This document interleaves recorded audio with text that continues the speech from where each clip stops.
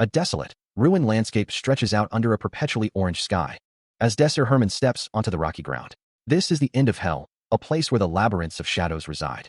These ancient labyrinths are said to be protected by the Dragon of Destruction, ultimate barriers that prevent most foes from passing. He surveys the vast, broken expanse, his cloaked figure a stark contrast to the crumbling stone and dust. His gaze remains fixed on the horizon. But behind him, a colossal, demonic form with glowing red eyes and jagged claws looms, its voice rumbling with fury. How dare! The meteor-ranked destruction dragon, Bromir Napolitan, unleashes a furious roar, fire erupting from his maw. His voice booming across the desolate landscape, he scoffs at the mere humans who dare to stand before him. With a challenging growl, he dares them to oppose his might. For 10 long years, the cloaked mage has endured this struggle, his gaze fixed on the ruined world around him. Now, facing the very dragon of destruction, Bromir Napolitan, Desser Herman prepares for the final confrontation. His eyes burning with resolve, he declares, "This is the end, Napolitan." The dragon's face contorts in rage, his voice thundering back, "I will slay you and finally put an end to this hell." A colossal explosion of fire erupts, engulfing the area in a blinding inferno. Amidst the fiery chaos, a sphere of brilliant blue energy manifests, intensifying the destructive force. As the dragon's destructive power surged, Desser Herman stood firm, his hands weaving intricate patterns of brilliant blue magic, crackling with raw energy. The complex spell intensified around him, the luminous blue energy swirling faster, building to a crescendo. With a final surge, the analysis of his magic completed, he channeled the concentrated power into his fist, which glowed with an ethereal blue light. A triumphant roar escaped his lips, declaring that he had successfully sealed off the dragon's voice. Nearby, Raphael watched the display, a grin spreading across his face as he praised Desser's excellent work. He and Donovan Asselin, the king of Esteban, were locked in their own fierce battle, their blades flashing as they fought to end the life of a monstrous foe.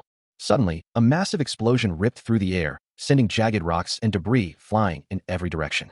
Amidst the fiery chaos, Bromir Napolitan, the dragon of destruction, let out a furious roar, his scales glowing with intense heat. Undeterred by the dragon's fury, Desser Herman charged forward, his sword now drawn and glowing, ready to face the ancient beast directly. The massive dragon of destruction, Bromir Napolitan, lets out a final, desperate cry, its fiery eyes wide with disbelief as its defeat becomes undeniable. A stark contrast to the ravaged battlefield, a vision of a lush, vibrant world appears, a reminder of what they fought to protect, before the scene shifts back to the desolate reality. From a rocky vantage point, Desser looks out, a wave of relief washing over him. They were finally able to leave that dreadful place. Gathered on a barren, orange-hued plain, the group stands together, and Raphael, the sword saint, offers a hearty congratulations, proclaiming their success to everyone. He beams, confident that they had saved the world. But Donovan Asselin, the king of Esteban, interjects, his expression more serious, reminding them that their mission objective for the Shadow World was simply to slay the dragon. Raphael considers this, acknowledging the king's point, and recalls their original plan to return to their own world once the mission was complete. Yet, as they gaze upon the strange, distant structures of this new landscape, an unsettling realization dawns on them. This place doesn't seem to be the end, nor does it follow the rules of the Shadow World, a thought that Desser silently echoes, admitting he doesn't want any part of it. Still reeling from their victory, the group debates their next move, with Raphael pointing out that they still don't know what this place is. Donovan Asselin suggests they simply head to the capital, since they're already there, but Desser Herman, looking out at the desolate landscape, wonders what they are waiting for.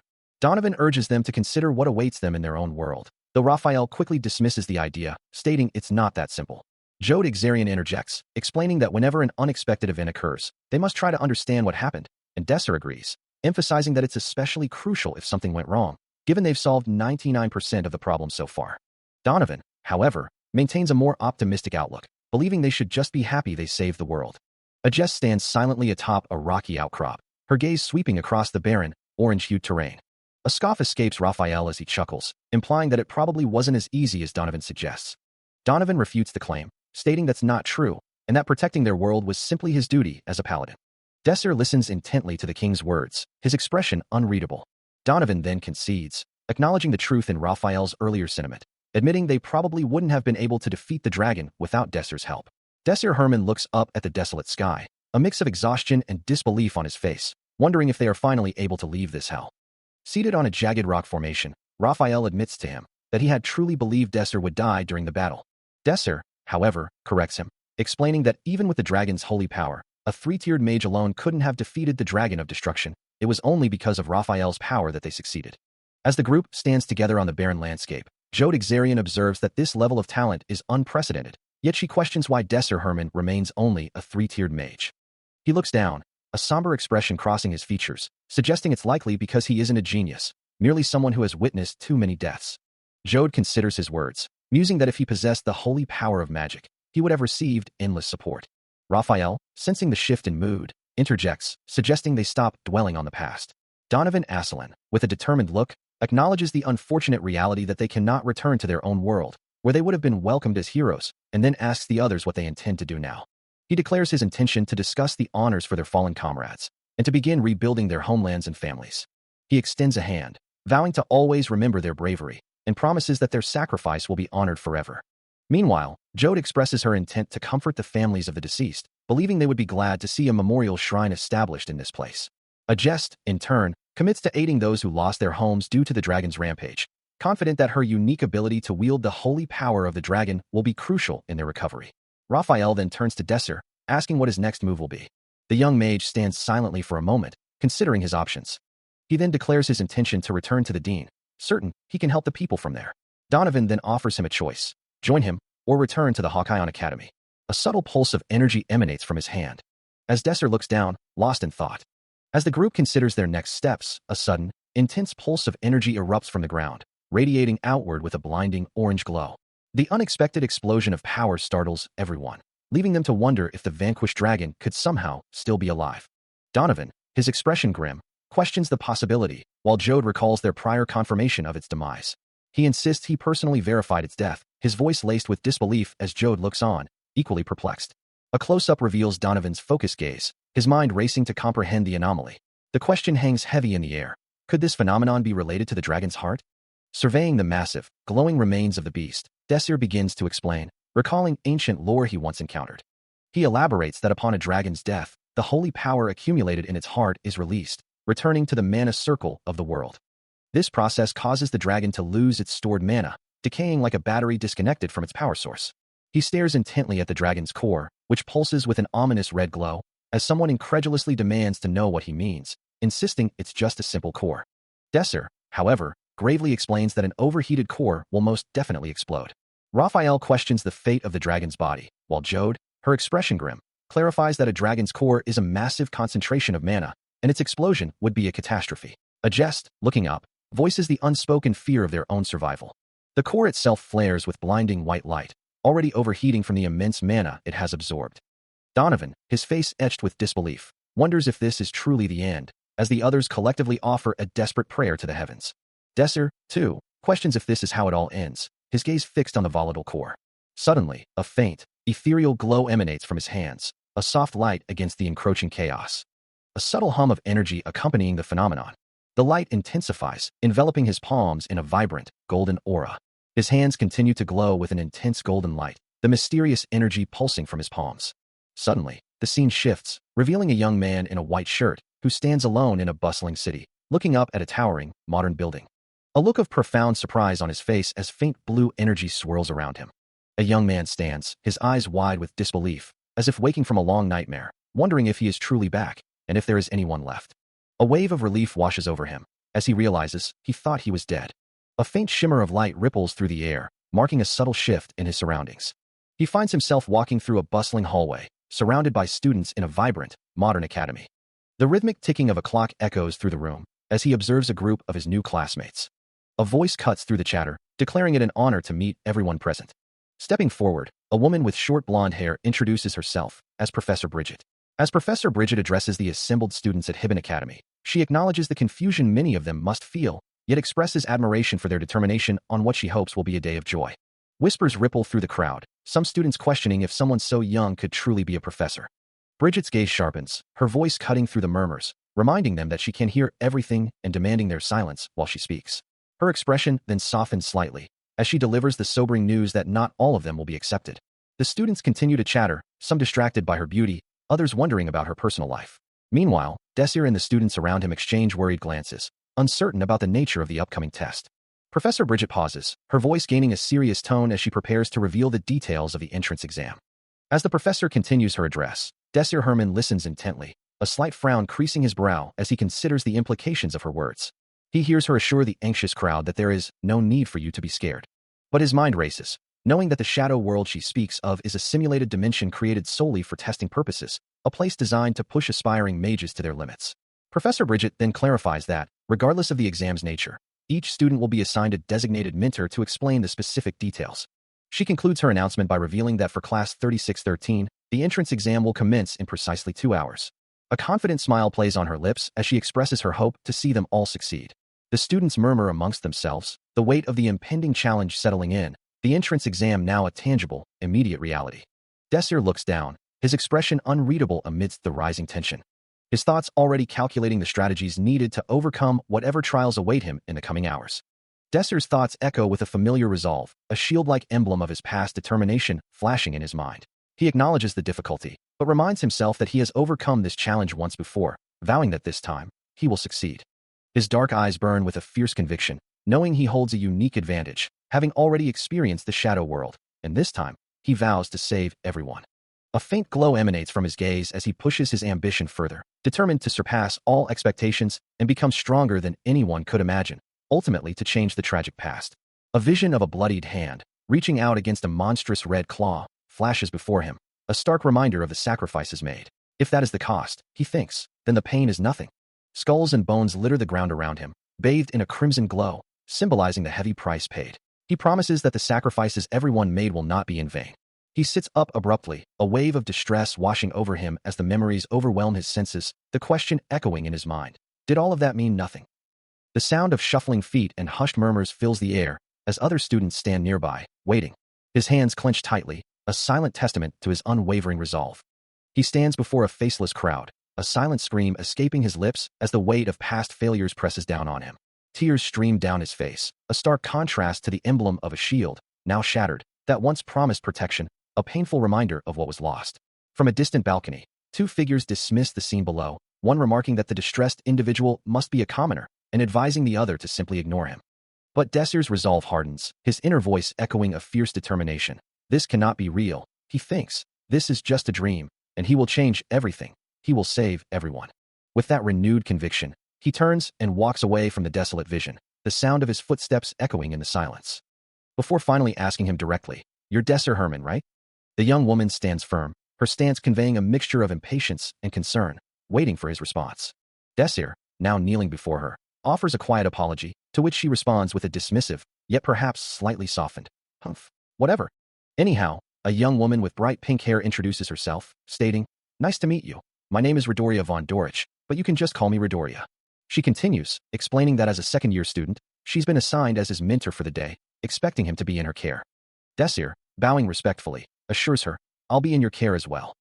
Redoria von Dorich, a student of the Hierarchy Academy, stands holding a clipboard. As a deeper truth about the institution is revealed, a stark divide exists between its students. For while the Academy once exclusively served noble families, the Shadow World incident forced a change in its admissions.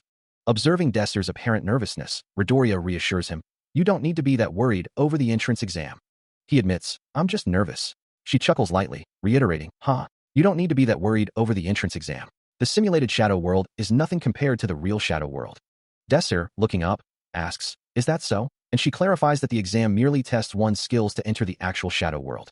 He then reveals his status, stating, "Right now, I'm a commoner," and asks, "Is there a problem with that?" Redoria, with a slight sigh, acknowledges, "Well, I guess you are a commoner." She then explains the harsh reality. Even if you are admitted to the Academy, a commoner will never be able to surpass the nobles. It's a fact.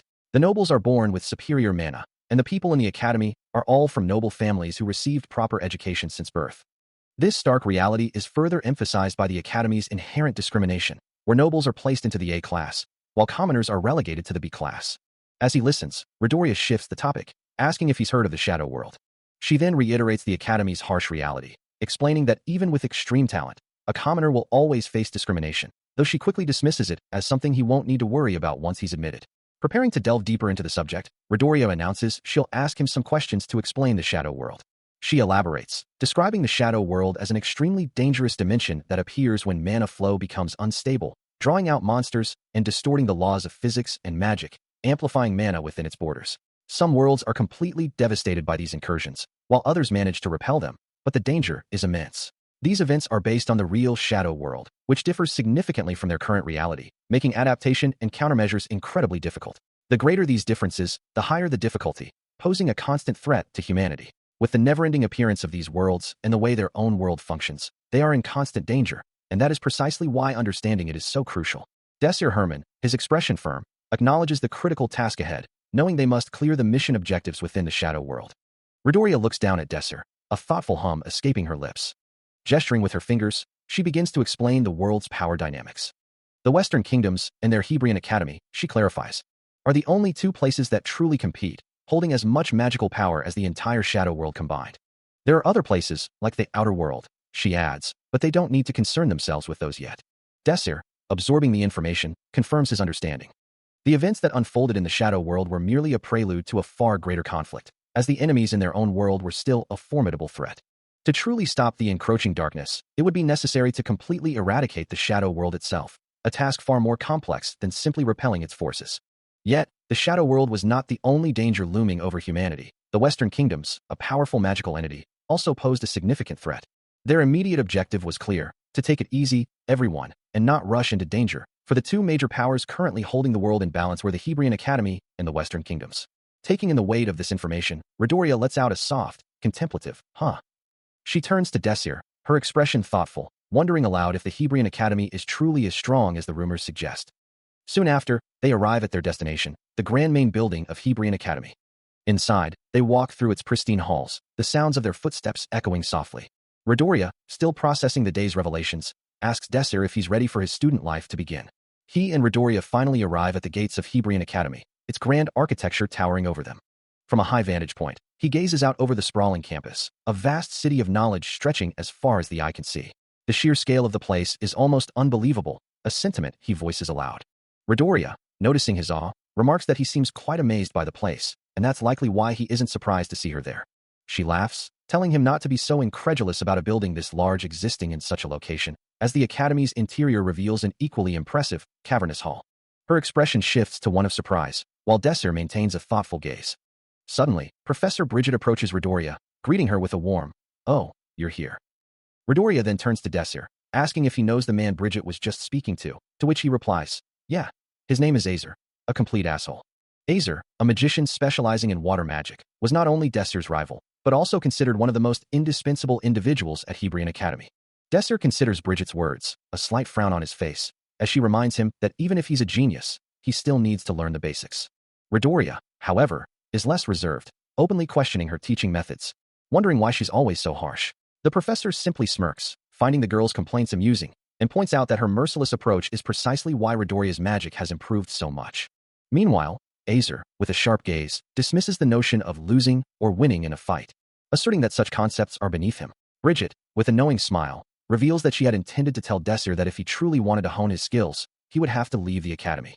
The young mage looks on, a bit confused, as the professor continues to speak, her expression unreadable. Azer's eyes narrow, his expression hardening. She then turns her attention to the blue-haired student, asking if he is Midoriya's mentee. The student confirms, introducing himself as Azer. He looks down at Desir Armin, a smirk playing on his lips, wondering if he's finally able to leave this hell. His gaze sharpens, as he questions if Desir is just a commoner. Meanwhile, Professor Bridget expresses her disbelief at the magic commoner's performance, remarking that the match is already over, much to Midoriya's surprise. She clarifies her statement, explaining that the match is over because the commoner has already won. The results are displayed on a screen, showing Group D, with Desir Armin at the top, followed by a Jest King's Crown, Romantica Eru, and Travery Tayus. Midoriya, still processing the outcome, mumbles about the commoner's unexpected strength, finding it hard to believe. Azer, however, dismisses her concern, telling her to stop worrying about such trivial matters, as he is her mentor. Midoriya looks up at him, surprised, asking if he truly believes in her. He simply asks for her name, his expression unwavering. A young woman with long blonde hair and light blue eyes stands poised, her presence commanding attention. Nearby, Desir Herman observes the scene with a calm, focused expression. Meanwhile, Midoriya von Dorich stares in disbelief, recognizing the figure before them as a Jest King's Crown. Her amber eyes widen in shock, a wave of surprise washing over her features. The intensity of her reaction is palpable. It's truly unbelievable, an ice elemental magician capable of utilizing vision magic. The group watches as the powerful mage demonstrates abilities far exceeding most knights, a three-tiered magic circle magician whose spells are beyond ordinary comprehension. Azer, his face contorted in fury, demands to know how she dares to compare herself to him, while Midoriya and another student look on in stunned silence. realizing the sheer lack of talent among their peers. With a sneer, Azer challenges a Jest King's crown, questioning where her previous attitude has gone. As the tension hangs heavy in the air, Midoriya offers a piece of advice, suggesting it would be best for Azer to simply give up on the entrance exam and leave.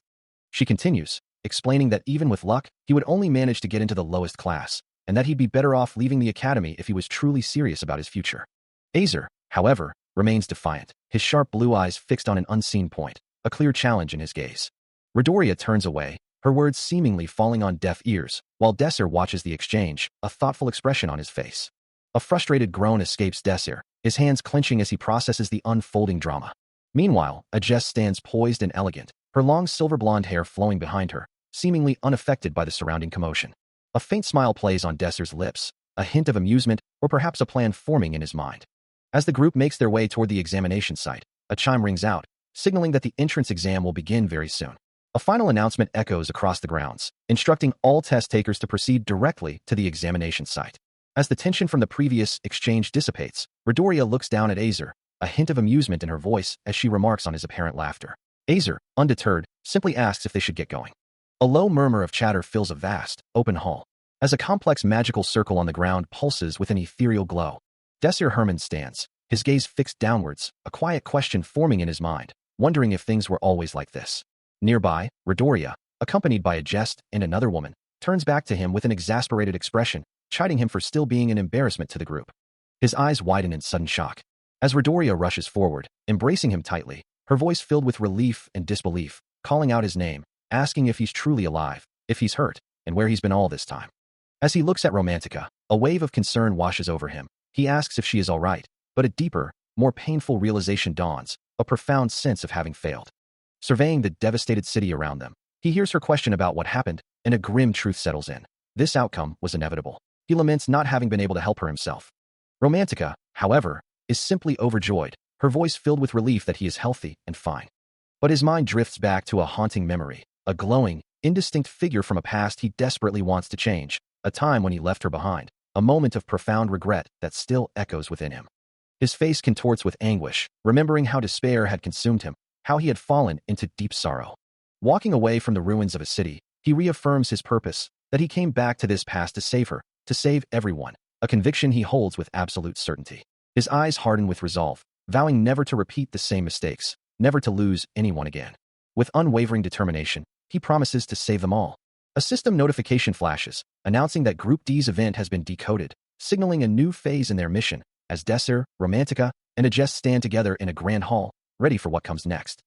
The event is a competitive match, where magic use against other competitors is forbidden, and safety measures reduce damage by 80%. If participants forget the rules, they'll be penalized, and if they're knocked out, they're eliminated. The Shadow World's difficulty is adjusted based on the highest-ranked participant. As the rules conclude, Midoriya and Jest walk side by side, Midoriya commenting that they might be entering a race, having heard rumors of Group D fighting a giant troll. Declaring the race will begin in 30 seconds and instructing all participants to head to the starting line. Desir stands with Midoriya and Jest, a faint cracking sound echoing as he turns to look at Midoriya. He offers a hesitant greeting, but Midoriya simply looks away, a thoughtful expression on her face. She muses internally, wondering if Jest, like herself, might have traveled back in time. Desir, meanwhile, finds himself unable to decipher Midoriya's thoughts, a familiar frustration, as she abruptly addresses him with a single word, you. As Midoriya stands beside him, a sharp voice cuts through the air, declaring him weak. He flinches, the words hitting home, a silent acknowledgement that he already knows this truth. The blonde-haired woman continues, her tone unwavering, explaining that his potential is below the minimum, and he would only be a burden to those around him. He looks down, absorbing her harsh assessment, as she dismisses him entirely, telling him to simply get out of her way. She casts a final, cold glance in his direction, her voice echoing in his mind, asserting there's no point in her attempting to befriend someone as weak as him. A system announcement then blares through the air, counting down the final 10 seconds until the race begins. The voice instructs all participants to prepare themselves, and he stands ready, the blonde-haired woman now beside him, both facing forward, awaiting the start. As the countdown concludes, Midoriya's eyes widen in anticipation, a nervous excitement bubbling within her. Nearby, Azer watches with a confident smirk, his gaze fixed on the starting line. Then, a clear voice rings out, signaling the official commencement of the event. Start. In an instant, a Jest explodes from the starting position, her speed creating a powerful gust of wind that whips around her. Desir, not far behind, pushes off with equal force, his own momentum kicking up a cloud of dust as he races forward. A jet's incredible velocity is such that a small rabbit, caught in her wake, is sent tumbling through the air as she blazes past. From a distance, a group of observers gasp in surprise, one exclaiming, "Hey, you guys are causing so much trouble all around." The sheer force of the runner's initial burst leaves a visible impact on the environment, even from afar. Midoriya, having accidentally disturbed a leaf with her own movement, quickly apologizes, while Desir, observing the chaos, simply remarks on their incredible speed. Midoriya, engrossed in her phone, dismisses the idea as nothing more than a scam. Her eyes widen in disbelief as she looks up, confronting Desir with a question about his sudden decision to abandon his job for a magic school. And later, standing in an open field, she challenges his enthusiasm, reminding him of the difficulty of admission, but he simply beams, declaring his happiness. His frustration mounts, demanding to know why he's so joyful over such a trivial matter, causing Midoriya to look away, her voice softening as she admits she was only trying to cheer him up. A harsh, unseen voice cuts through the air, asserting that a commoner like her could never achieve more than a Tier 2 magic circle magician status, a statement that ignites a fierce determination in Midoriya. Her eyes begin to glow with an intense green light, and a vibrant aura of emerald energy flares around her hands, as she vows to demonstrate the true meaning of power. The green magic swirls and coalesces, forming a potent sphere of raw energy in her grasp, her gaze fixed and resolute. Professor Bridget reviews the latest exam results, noting that Group A and Group C have just finished their assessments, leaving only Group D and Group F to go, and so far, nothing out of the ordinary has occurred. Everything proceeding smoothly. She observes the glowing orb before her, acknowledging that this year's batch of students is proving quite exceptional once again. While last year's students were also remarkable, she muses that this year holds a particular standout, a magic swordsman. A faint smile plays on her lips, considering it quite the compliment for the combined group to have such a talent among them. Elsewhere, Azer lets out a frustrated cry, reflecting on the difficulty of facing a ranking combatant as a magician, even if he were a knight. He concludes that the magic swordsman is truly amazing. A young man runs through an open field, a question forming in his mind about a strange noise he'd just heard. Suddenly, leaves begin to swirl violently around him, and he looks up, startled by the unexpected, powerful wind. The air itself seems to turn visible, a blue force blowing with incredible intensity. With a sudden, explosive force, the man is violently thrown backward, unable to withstand the gale. He struggles to brace himself, realizing the ridiculous amount of mana fueling this phenomenon. Still being pushed back, he wonders why his supposedly impenetrable barrier is failing to hold against such a blast. He resolves to reinforce his defenses, but then something else catches his attention. Amidst the swirling wind, a woman stands firm, her sword held ready. Her hand tightens on the hilt of her blade, her eye widening as she, too, senses the powerful, magical wind.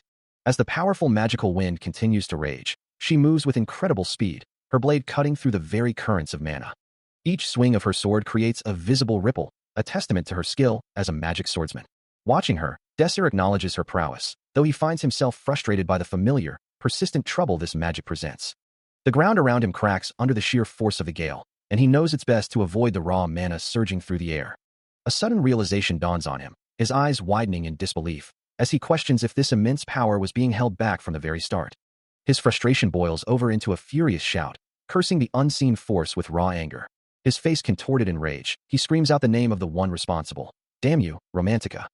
Suddenly, a colossal explosion of vibrant green energy erupts, engulfing the area in a blinding flash and deafening roar. As the dust begins to settle, the lingering magical effects hang heavy in the air, a stark reminder of the power that has just been unleashed. She scoffs, still reeling from the unexpected survival of the magic swordsman, and declares that it is now his turn to leave. With a condescending smile, Romantica offers a chance to withdraw, suggesting it's unnecessary to continue the trial. The young mage nods, feigning agreement, but then calmly declines her offer. Her eyes widen in fury, unable to comprehend his defiance, as she demands to know if he's stupid, questioning how a mere commoner could possibly compare to her displayed power. He simply tells her to stop embarrassing herself, prompting her to vow that she will make him regret his words. As she makes her threat, a vibrant green aura erupts around her, pulsating with raw magical energy. But before her attack can fully materialize, Desir counters, calling forth a wind strike, and the air around him shimmers with countless glowing blue orbs. With a swift, powerful swing of his arm, he unleashes the spell. The blue energy surges forward, colliding with explosive force, engulfing the area in a blinding magical detonation. The green magical explosion from Romantica's attack dissipates, revealing the sheer power of the counter-spell that had met it head-on. It was a first-tier magic, yet the force was so immense, even a third-tier magician would struggle to withstand it. Romantica stares in disbelief, her mind racing as she processes the impossible, her magic, blocked, and a counterattack launched in the same breath. A harsh cough escapes her, the residual impact of the magic she had just used, now turned against her, leaving her disoriented. Desir Herman watches her calmly, unimpressed by her display, as she finally manages to speak, acknowledging his incredible power. Her shock quickly gives way to a furious glare, her eyes wide with a mixture of disbelief and intense anger. A calm assessment is given, stating that while the display was impressive, the lack of control over attack speed means mastery over air currents is still needed. The pink-haired mage reacts with disbelief, questioning if such a lukewarm compliment is all her efforts warrant. She accuses Desir of lying, calling him a trash-tier mage, but he simply replies that he is not. A vibrant purple aura flares around her as her frustration mounts, demanding to know if her magic was only impressive because she was a commoner. Meanwhile, a silver-haired knight, surrounded by a soft blue glow, observes that a complete analysis becomes impossible when one has full control over all types of runes. Despite a jest's insightful words, Romantica's frustration boils over, her thoughts consumed by the feeling that her best efforts are being dismissed, as if Desir knows every secret of her magic. He calmly reiterates that true power isn't about raw mana, but its precise application, a statement she vehemently rejects, claiming it's impossible to control every rune, only for him to retort that she isn't even trying. With a sharp crackle, glowing ice shards begin to form, swirling with potent energy. Romantica, riding a wave of wind and ice, demonstrates her wind venom spell, the air currents whipping around her. Watching her, Desir raises a hand, explaining that he will simply adjust the flow of her air current in a few key spots. Suddenly, the swirling magic shifts, the wind and ice bending to an unseen will. Romantica's eyes widen in disbelief, a cry of "that's impossible" escaping her lips. Desir, calm as ever, offers a profound truth. Mastering control over her magic will elevate her to a level of power far beyond her current capabilities. The realization dawns on Romantica, her mind reeling, as she grapples with the unsettling thought that he truly seems to know everything about her magic. Her frustration mounting, she clenches her hand tightly. Meanwhile, Desir looks up, a quiet confidence about him, as if acknowledging his own true talent. He takes a step forward, declaring, "I think it's time we end this." Romantica stares, aghast, as he walks away, his words echoing in her mind. "Then this is the difference between me and you." Enraged, a pink aura flaring around her, she screams, "There's no way that you can attack me." Her hand trembles, unable to comprehend his actions, as she mutters, "Why you? Your magic." With a desperate cry, her magic intensifying, she insists, "You can't use magic. If I keep attacking you, then I will eventually defeat you." Desir, his expression serious, considers that there's probably only one other person who could defeat her in these entrance exams, but even still, her current efforts are not enough. He clenches his jaw, a flicker of frustration crossing his face as he realizes the sheer magnitude of the task ahead. Yet, his expression quickly settles into one of calm resolve, as he explains that while her magic might be weak, he can still utilize it. Romantica, however, remains visibly annoyed, her arms crossed as she mutters about his arrogance, insisting he's merely trying to make her feel bad. Ignoring her protests, Desir simply states her name, then calmly points out 3 fundamental mistakes she's made. He continues, explaining that the first step is to understand the magic itself, and then to analyze it. Romantica's frustration only grows, her face contorting as she struggles to grasp his meaning, a small hum escaping her lips. Now in a simpler white shirt, Desir demonstrates, explaining that even a basic spell like Grease is a Tier 1 physics magic, a very fundamental application. He elaborates, describing Grease as a basic magic that grants the removal of friction, while Romantica watches, still struggling to connect the dots.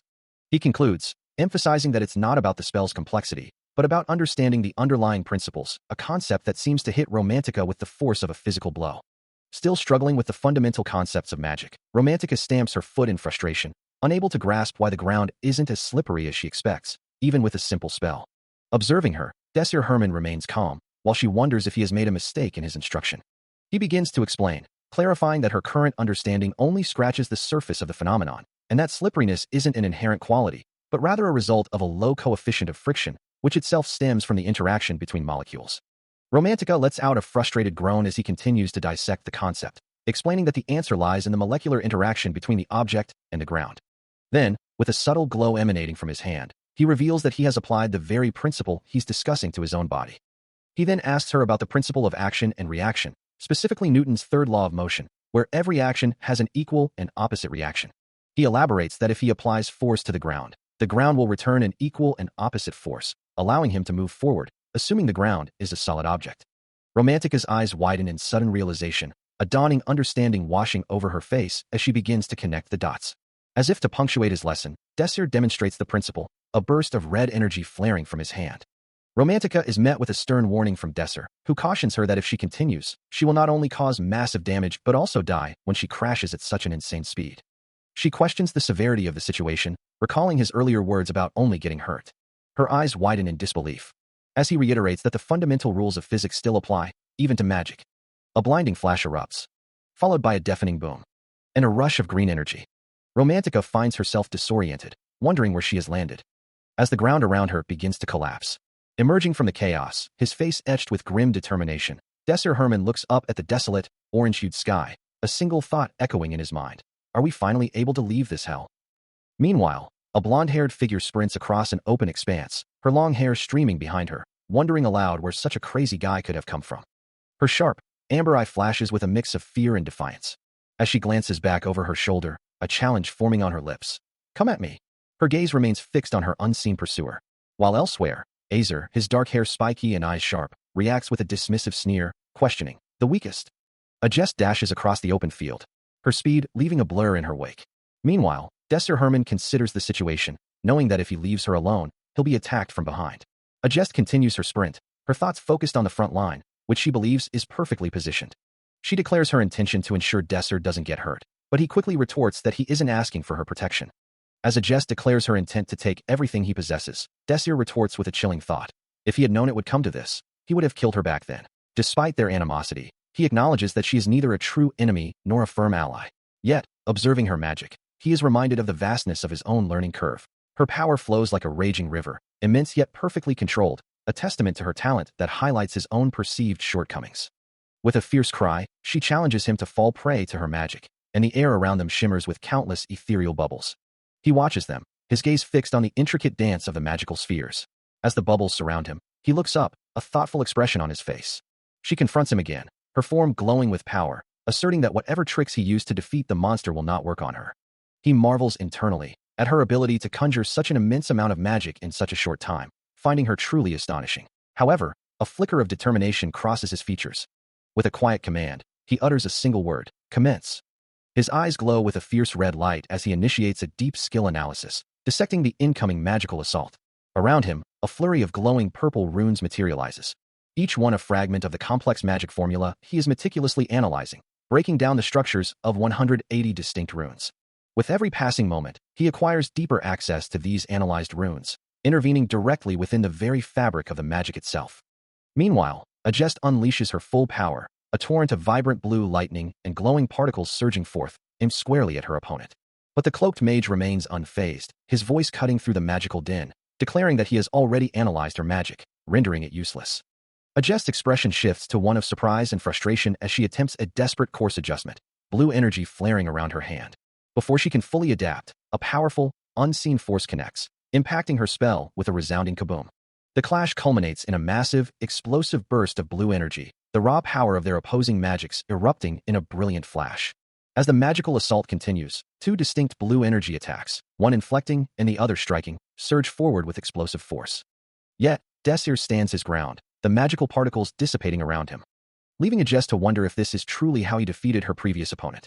Despite his torn shirt and visible injuries, Desir presses onward, a faint blue aura emanating from his hand, declaring that the fight is far from over. A jest, observing his relentless advance, mentally grapples with his impossible speed and analytical prowess, refusing to accept defeat.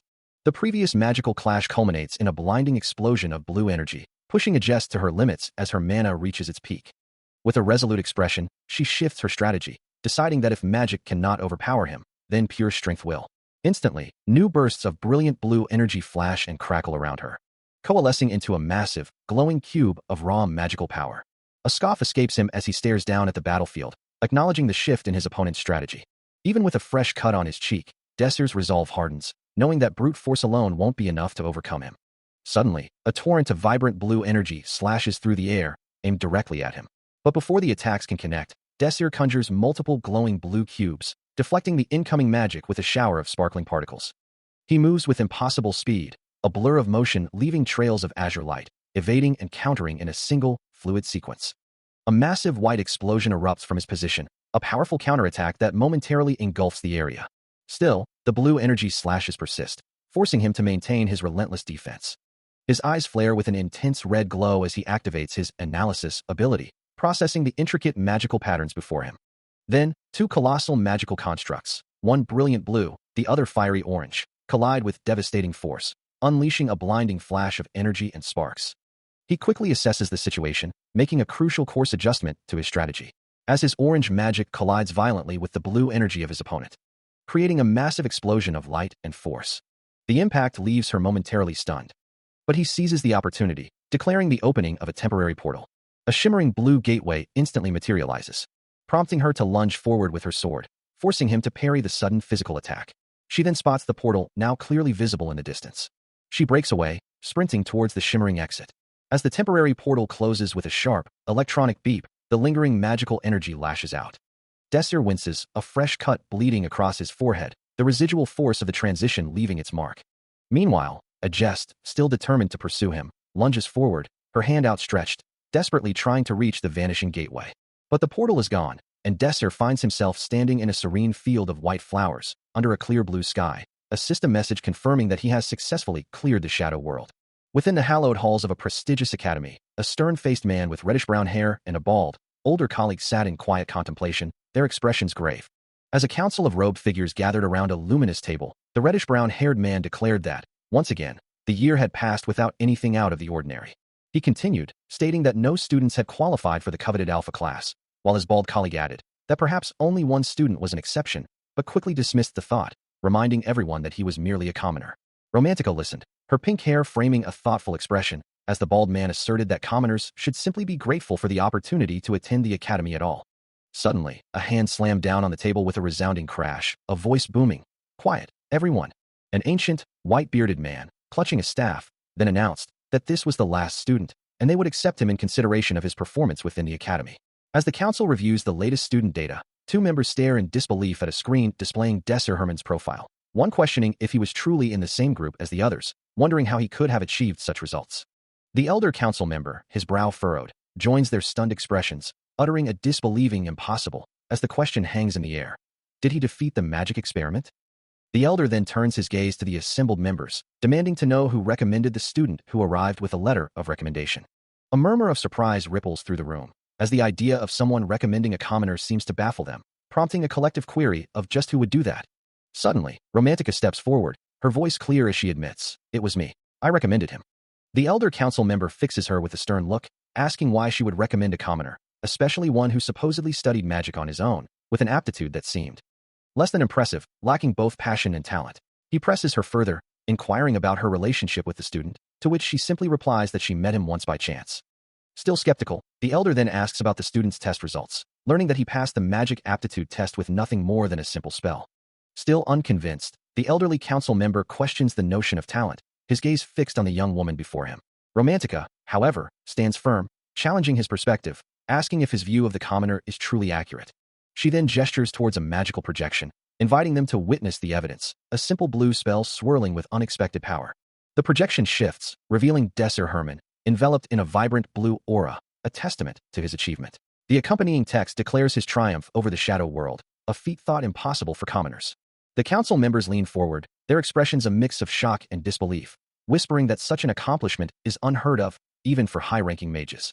Romantica seizes the moment, presenting the official results of the magic aptitude test for the commoner in Group B, her words echoing the council's own surprise at a mere commoner achieving such a feat. Another projection of Desser appears, accompanied by internal thoughts marveling at his transformation, as if he were a different person, and the unprecedented nature of a commoner passing the test with a simple spell. The council's skepticism begins to crumble, replaced by dawning realization, as they acknowledge his clear success in the exams, yet question why the academy was not informed of his merit. The elderly council members' eyes widen in utter shock, as the full implication of Desser's performance settles in, a commoner student into the alpha class. His face contorts in a furious snarl, the council members' outrage boiling over as he condemns the woman's persistent attempts to disrupt their traditions. Meanwhile, Romantica sits calmly, her legs crossed, seemingly unfazed by the uproar. He continues his tirade, accusing her of overstepping her bounds and pushing too far by suggesting a commoner for the alpha class. His voice rising, he questions the very idea, demanding to know what a mere 3-tiered magician could possibly contribute among 5- and 6-tiered masters, flatly refusing to accept a commoner, let alone a non-magician, in such an elite group. Another council member chimes in, agreeing wholeheartedly with Professor Pugman, and echoing his disbelief at the notion of placing a 1-tiered magic circle magician into the alpha class. Pugman, turning away with a dismissive humph, challenges them to prove their unconventional methods if they truly believe they are right. A third council member, his eyes narrowed in disdain, mutters about the sheer delusion of the proposal. He then expresses his sarcastic amazement at Professor Pugman's apparent willingness to even entertain such a ridiculous idea. Professor Pugman, still fuming, retorts, "You're telling me a student who operated a one-tiered magic swordsman is not qualified just because he's a one-tiered magic circle magician?" Romantica's voice rings out, cutting through the council's murmurs, demanding they stop making ridiculous excuses. She knows Desir is a commoner, but challenges them to explain what difference that makes, accusing them of prejudice, and Professor Pugman recoils, his face contorting in anger. Unable to believe she would dare accuse him of such a thing, though the truth is, there's only one reason for their stance, a warning given to all council members. He insists his only concern is the Academy's future, while Romantica watches him, her expression unwavering. With a final, stern declaration, the professor calls for a vote, asking those who agree to place Desir in the Alpha class to raise their hands. An elderly council member, his long white beard flowing, remains still, his hand unraised, reflecting the unanimous decision. Romantica's shoulders slump in defeat as the screen confirms Desir Herman's placement in the Beta class, a commoner's fate she had hoped to change. The display reiterates the outcome, a stark reminder that some are simply expected to be grateful for any acceptance into the Academy. Meanwhile, Desir walks away, his gaze downcast, acknowledging the result with a quiet resignation, having anticipated this very outcome. He stands before the council, his gaze fixed downward, as the words echo in his mind. Now that the entrance exams are over, the next thing I need to do is... A flicker of irritation crosses his face, a silent thought forming. Beta class losers. Arrogant bastards. Later, walking through the academy halls, he moves alongside Romantica, past other students like a jest, all heading away from the examination area. The results are clear. Desir Armin and Romantica are both assigned to the Beta class. Sitting alone, her shoulders slumped, Romantica's disappointment is palpable, her expression a mixture of frustration and sadness. Sunlight streams through the windows of a deserted hallway, illuminating dust motes dancing in the air. Leading into a classroom that feels ancient and neglected, its worn desks and blackboards speaking of long-forgotten lessons. Cobwebs cling to every corner, and a thick layer of dust covers everything, a testament to the building's disuse. A sigh escapes Romantica, her eyes closed in weary resignation, the silence of the room amplifying her discontent. She surveys the dilapidated space, thinking how utterly run down this place has become. Her thoughts drift to her own exhaustion, wishing she could simply go home. The weariness soon gives way to a more pressing concern, a gnawing hunger that demands her attention. Why? The question echoes in her mind, a constant refrain of frustration. Meanwhile, in the classroom, a student slumps over his desk, muttering to himself, wondering why he's stuck in the 9th class. Her eyes flash with irritation, unable to believe someone would seriously skip class. Did he really break his promise? She wonders, a mix of anger and concern in her thoughts. Why is he so lazy, especially when he's in the 9th class? Is he even here? Yet, a softer thought surfaces, acknowledging his good looks, while the other student continues to lament his fate in the 9th class. Another student, noticing the dejected one, calls out, asking if there's an issue. As Romantica gazes out the window, still thinking of the handsome absentee, Desir Herman, with a determined expression, vows to make himself stronger. In a place like this, countless individuals who could have shone brightly are buried and wasted away. A genius in the 9th class is destined for failure, explaining why so many never return from this place, especially the honorable people who find themselves here. A profound silence hangs heavy in the air, broken only by the faint, tearing sound of something unseen. Even within the confines of this particular class, the potential of many talented individuals remains undeniable. If the past is to be rewritten, if its mistakes are not to be repeated, then there is only one path forward. Desir stands resolute, his gaze fixed on an unseen goal, declaring his unwavering intent to become stronger. But to achieve that strength, to truly change his fate, he knows he must first embark on a difficult journey. Suddenly, a frustrated cry echoes through the classroom, as Romantica throws her hands up in exasperation. A nearby student mutters under his breath, a faint complaint about the unpleasant atmosphere. Meanwhile, a stern-faced professor addresses someone off-panel, reminding them of the honor bestowed upon the professor of the 9th class. As the classroom tension rises, Romantica confronts the blonde man, demanding, "What about it? Who are you supposed to be?" Desir, standing nearby, interjects, "Not for an outsider," but Romantica, undeterred, snaps back. How dare a commoner talk that way? Her face contorted in anger, she continues to berate him, her voice cutting off mid-sentence. Stepping forward to de-escalate the situation, Professor Pugman intercedes, taking responsibility for the outburst. He then introduces himself as the professor of the 9th class, while Romantica looks on, a hint of embarrassment on her face.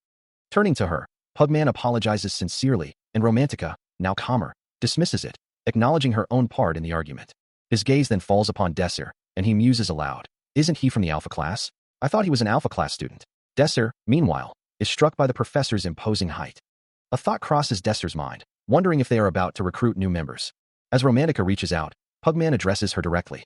He reiterates his identity as Professor Pugman and announces his intention to find a new student for his class. Desir, looking displeased, dismisses someone's words as nothing more than useless commands, while Romantica listens intently. He then asks, "Who exactly is this Blue Moon Party?" Romantica, facing him directly, declares, "All right, I'll say it straight to your face.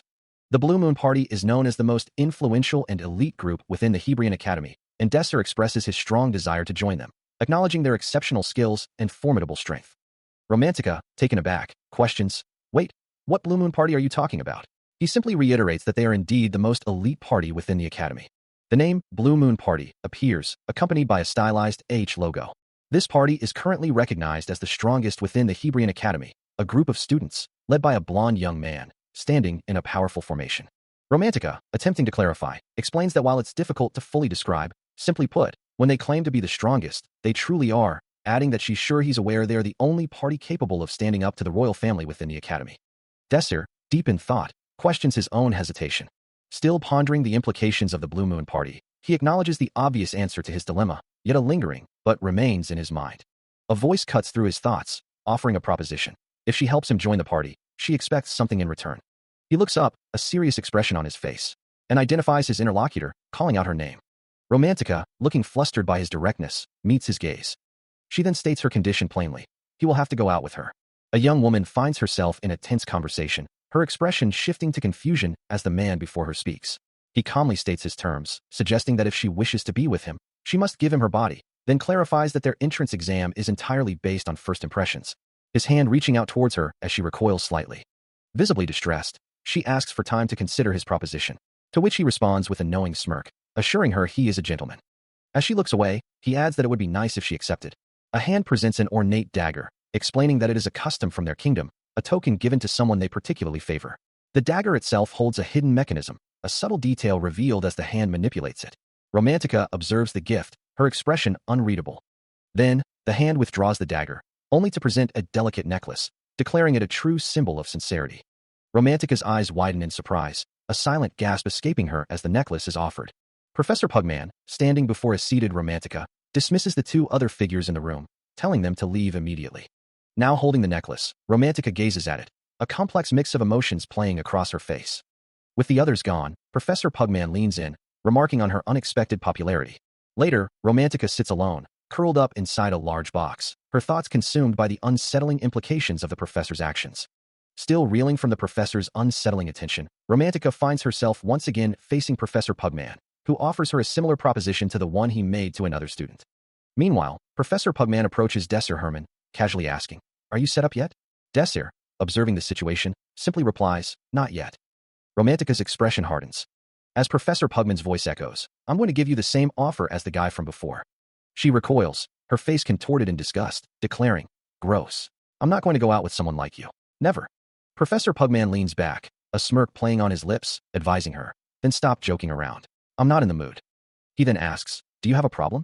Romantica, visibly uncomfortable, simply responds, "No." A calculating glint enters his eyes. As he presses on, "If you were in my position, which party's offer do you think I'm going to choose?" Still reeling from the professor's unsettling proposition, she can only think of one thing: escaping this hellish situation. But the professor's voice cuts through her thoughts, reminding her that she has no choice in the matter, and that she must accept his decision, even if it means giving up her dreams. He dismisses her aspirations as mere childish fantasies, asserting that her future is already decided. Despite his insistence, she firmly rejects his offer, only for him to scoff at her defiance. With a condescending smirk, he pushes a letter across the desk, asking if she would care to examine it. Confused, she wonders aloud what the item could be. Her eyes widen slightly as she recognizes the old-fashioned script, muttering about who still writes letters in this day and age. The professor leans in, his expression unwavering, telling her that her feelings are irrelevant. He then reveals the letter's true significance, stating that it contains all her secrets. Her eyes widen in shock, the implication of his words sinking in. Curled up on a desk in the oppressive darkness, Romantica shivers, her body trembling with a mixture of fear and despair. A soft sound echoes through the room, as hands gently reach out, perhaps in an attempt to comfort or to grasp. Professor Pugman's voice cuts through the silence, asking if she is finally ready to speak with him. Now on the floor, she recoils from his presence, her thoughts a desperate refusal to confess anything. He presses on, suggesting her secrets are too shameful to share, but Romantica insists it's not that she doesn't want to tell him, but that she simply cannot. The professor's voice remains calm, yet firm, reminding her that she knows the true reason for her silence.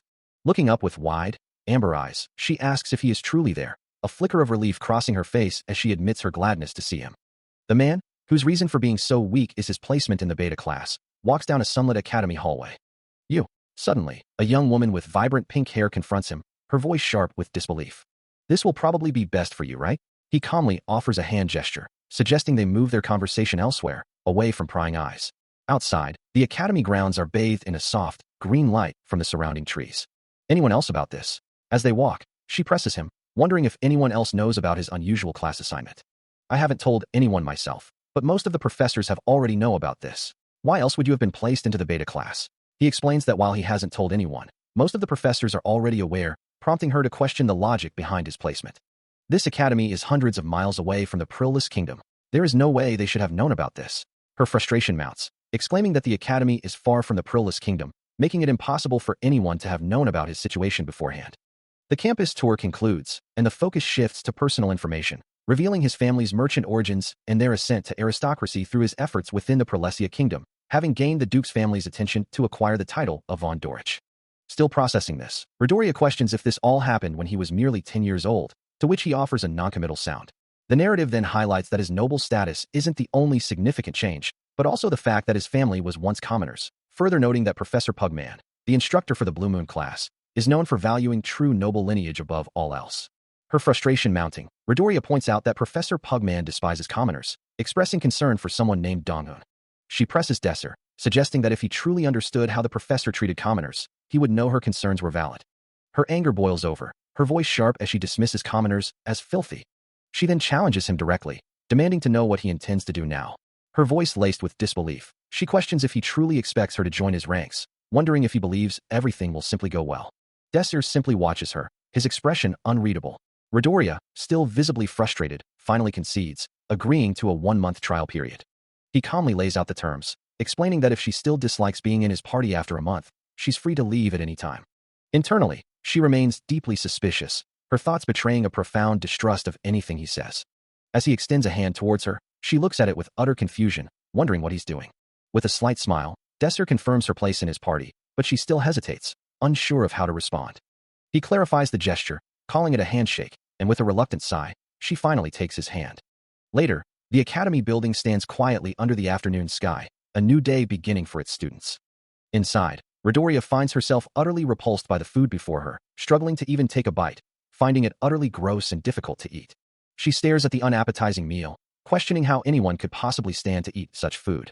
Still visibly disgusted by the academy's food, she manages to force down a bite, admitting that at least it tastes better than orc meat. A scoff escapes her as she pushes the plate away, muttering about the food being gross and questioning if it's even edible. Her companion, however, remains unfazed, calmly reminding her that establishing a party is a difficult endeavor, especially with the current rules. He explains that a party needs at least 3 members to be officially recognized, and with so many students in the beta class, there are already a few prominent parties forming. Redoria looks at him with a puzzled expression, asking if he has anything to say on the matter. Desser simply smiles, a knowing look on his face, which only seems to deepen her confusion. She recalls his earlier words about her being a necessary member of the party, and how he genuinely seemed to care about her. Her face flushes with indignation as she realizes the implication, exclaiming that he's officially decided she'll become a party member. She throws her hands up in exasperation, demanding to know what he's talking about, and insisting that she's only caring about this party because of him. He can't help but feel a surge of unexpected joy, a happy face he hasn't worn in a month, yet the weight of responsibility settles heavily upon him. Is he truly solely responsible for this party now? He mentally scolds himself, demanding to stop smiling. Meanwhile, Redoria assures him that he didn't have to worry, as she had already received approval to form a party from a professor named Pugman. She thinks to herself, that professor should have been fired from the academy. As they walk through the academy halls, Desser asks her who she has in mind for their 3rd member, revealing the name Pram. Later, in an empty classroom, and then a quiet hallway, Professor Pugman, surrounded by students, declares with disgust that the mainstreaming faculty is downright horrible. Back in a lecture hall, Redoria expresses disbelief that they are doing a combined lecture for an alpha and beta class, while Desser finds the situation interesting. He listens intently as Redoria reminds him of their earlier conversation, mentioning a prospective party member, and he asks for the name. The name, Pram Schneider, appears, accompanied by a visual of a young man with neat brown hair and a serious expression, who is described as a swordmaster. He had been a prodigy, training for a year and a half before even entering the academy, a feat that would typically take others 3 years. His innate talent, combined with relentless effort and determination, allowed him to master his skills, his glowing blade cutting through the air with precision. Midoriya, surprised by the revelation, exclaims that she wants to see him now, while Desir considers the implications of such a powerful individual. He ponders the idea of a sword master joining their party, a rare and formidable asset. A slight smile touches his lips as he acknowledges the potential, a silent "oh" escaping him. Desir Herman's eyes widen in surprise, a long sword now appearing before him. Meanwhile, Midoriya von Dorich, her pink hair flowing, complains about the situation, wishing she could just go home, while Pram, standing opposite her, questions if they're truly going to fight. Midoriya, however, is already in motion, her expression determined. Pram, recognizing her as a beta-class student, expresses his frustration, lamenting that he'll never surpass someone like her. From a distance, Desir observes the two students, commanding them to arm themselves. Suddenly, an instructor's hand, wielding a sword, slices through the air, shouting for them to break the match. Despite the intervention, Midoriya continues her aggressive attack, her fist glowing with fierce energy. Pram, equally relentless, swings his sword with powerful intent, his movements sharp and precise. Both students remain locked in a high-speed exchange, their attacks blurring together in a flurry of motion. The sparring match rages on, Midoriya unleashing a powerful, sweeping attack that forces her opponent to defend, a fierce exclamation escaping her lips. He is sent flying backward, twisting in midair to evade the relentless assault. With a sharp cry, Midoriya reacts as Pram retaliates, his segmented whip blade extending with blinding speed, its sharp edge cutting through the air. From the sidelines, Desir Herman observes the intense exchange, a critical thought forming in his mind. Pram is just swinging his sword around recklessly. Why isn't he using his full potential? Pram's weapon strikes, forcing Midoriya to block with her arm, the impact sending a jolt through her. She swiftly dodges the follow-up attack, a blur of motion as she evades the blade. Then, with a powerful, arcing kick, Midoriya counters, aiming directly at Pram.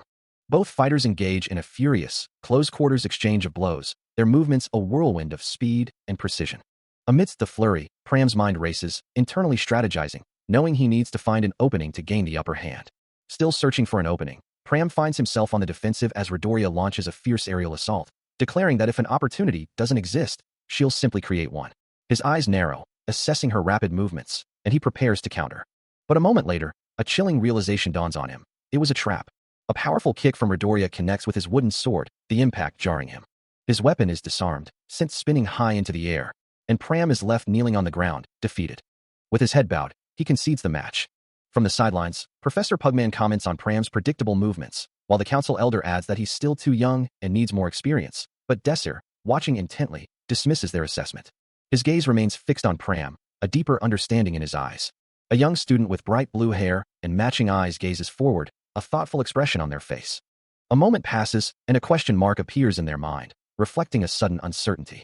Suddenly, a sharp, angry voice cuts through the silence, as a red-haired figure with spiky hair and glowing yellow eyes shouts, demanding to know what the blue-haired student is doing. In a quiet hallway, Professor Pugman confronts a young woman with vibrant pink hair, his voice sharp as he demands to know what she is doing. Before she can respond, a figure with electric blue hair suddenly lunges forward, delivering a swift, powerful punch that sends the professor reeling, his blonde hair now a shocking red. As Professor Pugman collapses to the ground, the blue-haired assailant stands over him, uttering a disdainful remark about a filthy beta bastard. Just then, Desir Herman arrives on the scene, his expression one of clear disapproval as he declares, "You guys disgust me." The blue-haired figure, however, dismisses his words, stating that isn't the real issue. The blue-haired figure sharply tells Desir to shut up, then adds a taunt. "If you don't want to be beat, then I suggest you learn some." Desir, looking at the chaos, simply asks, "Why are you like this?" Professor Pugman groans from the floor, while Desir turns his attention to the injured man, asking if he is okay. A blue-haired student looks on, a hint of disappointment in their expression. A red-haired student confronts them, scoffing, "You have no mana left, even though you are an A-class student. Was your pride wounded so badly that you had to go all out against a B-class student like me?" His eyes blaze with a fierce purple glow, reflecting his intent. Before the blue-haired student can react, the red-haired student strikes with blinding speed. The blue-haired student crumples to the ground, the red-haired student standing over them, declaring, "I'll make you regret it." A heavy slam echoes through the space. The blue-haired student's face is bruised and bleeding, their yellow eyes wide with pain. The red-haired student's arm is visible, clutching a wooden staff. Looking down at their defeated opponent, the red-haired student delivers a final, chilling warning. "You have to pay for your deeds." The blue-haired student lies defeated, his body aching, as a single thought echoes in his mind. "I lost." His hands clench in frustration, the memory of his opponent's overwhelming power still fresh. "I couldn't even land a single hit." Standing over his fallen rival, the red-haired student scoffs, a hint of disappointment in his voice. Say, what if I did try to hit him harder? He muses, his gaze fixed on the prone figure. The match is already over, you won. What else do you need? A flicker of intense red energy sparks in his eye. As he continues, a dark aura beginning to swirl around him. I've felt it before. This feeling, it's not enough. Suddenly, a stern voice cuts through the air, emanating from a grand building nearby. Why is the boy failing? Young master, it was the commoner's fault for entering our mansion. The red-haired student's eye glows with renewed intensity, a surge of frustration evident in his expression. He glances down at the defeated blue-haired student, then back towards the source of the voice, his jaw tightening. Professor Pugman's voice continues, now directly addressing the red-haired student. TCH. You're being annoying. You're lucky there isn't a professor here to see this. Still seething from the recent confrontation, the red-haired student fumes, refusing to accept the outcome against someone he deems beneath him, while the defeated blue-haired student lies on the ground, muttering curses under his breath. Later, in a more relaxed setting, Desir Herman stands between Romantica and the blue-haired student, who looks up at him with a question in his eyes, wondering about the kind of person Desir truly is. A close-up reveals the blue-haired student's arm, now tightly bandaged, a sharp ouch, escaping him as the dressing is applied.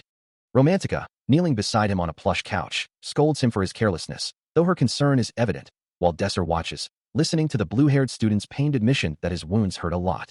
With a final flourish and a triumphant yeah sound, the bandaging is complete, the blue-haired student's arm now fully wrapped. Desir assures him he needs to make sure he's okay, leaving the blue-haired student to reflect on his broken arm and the forced rest it will entail for the next few days. Romantica then earnestly apologizes, taking full responsibility for his injury, a claim the blue-haired student quickly refutes, but she insists on doing whatever she can to make amends for her perceived carelessness.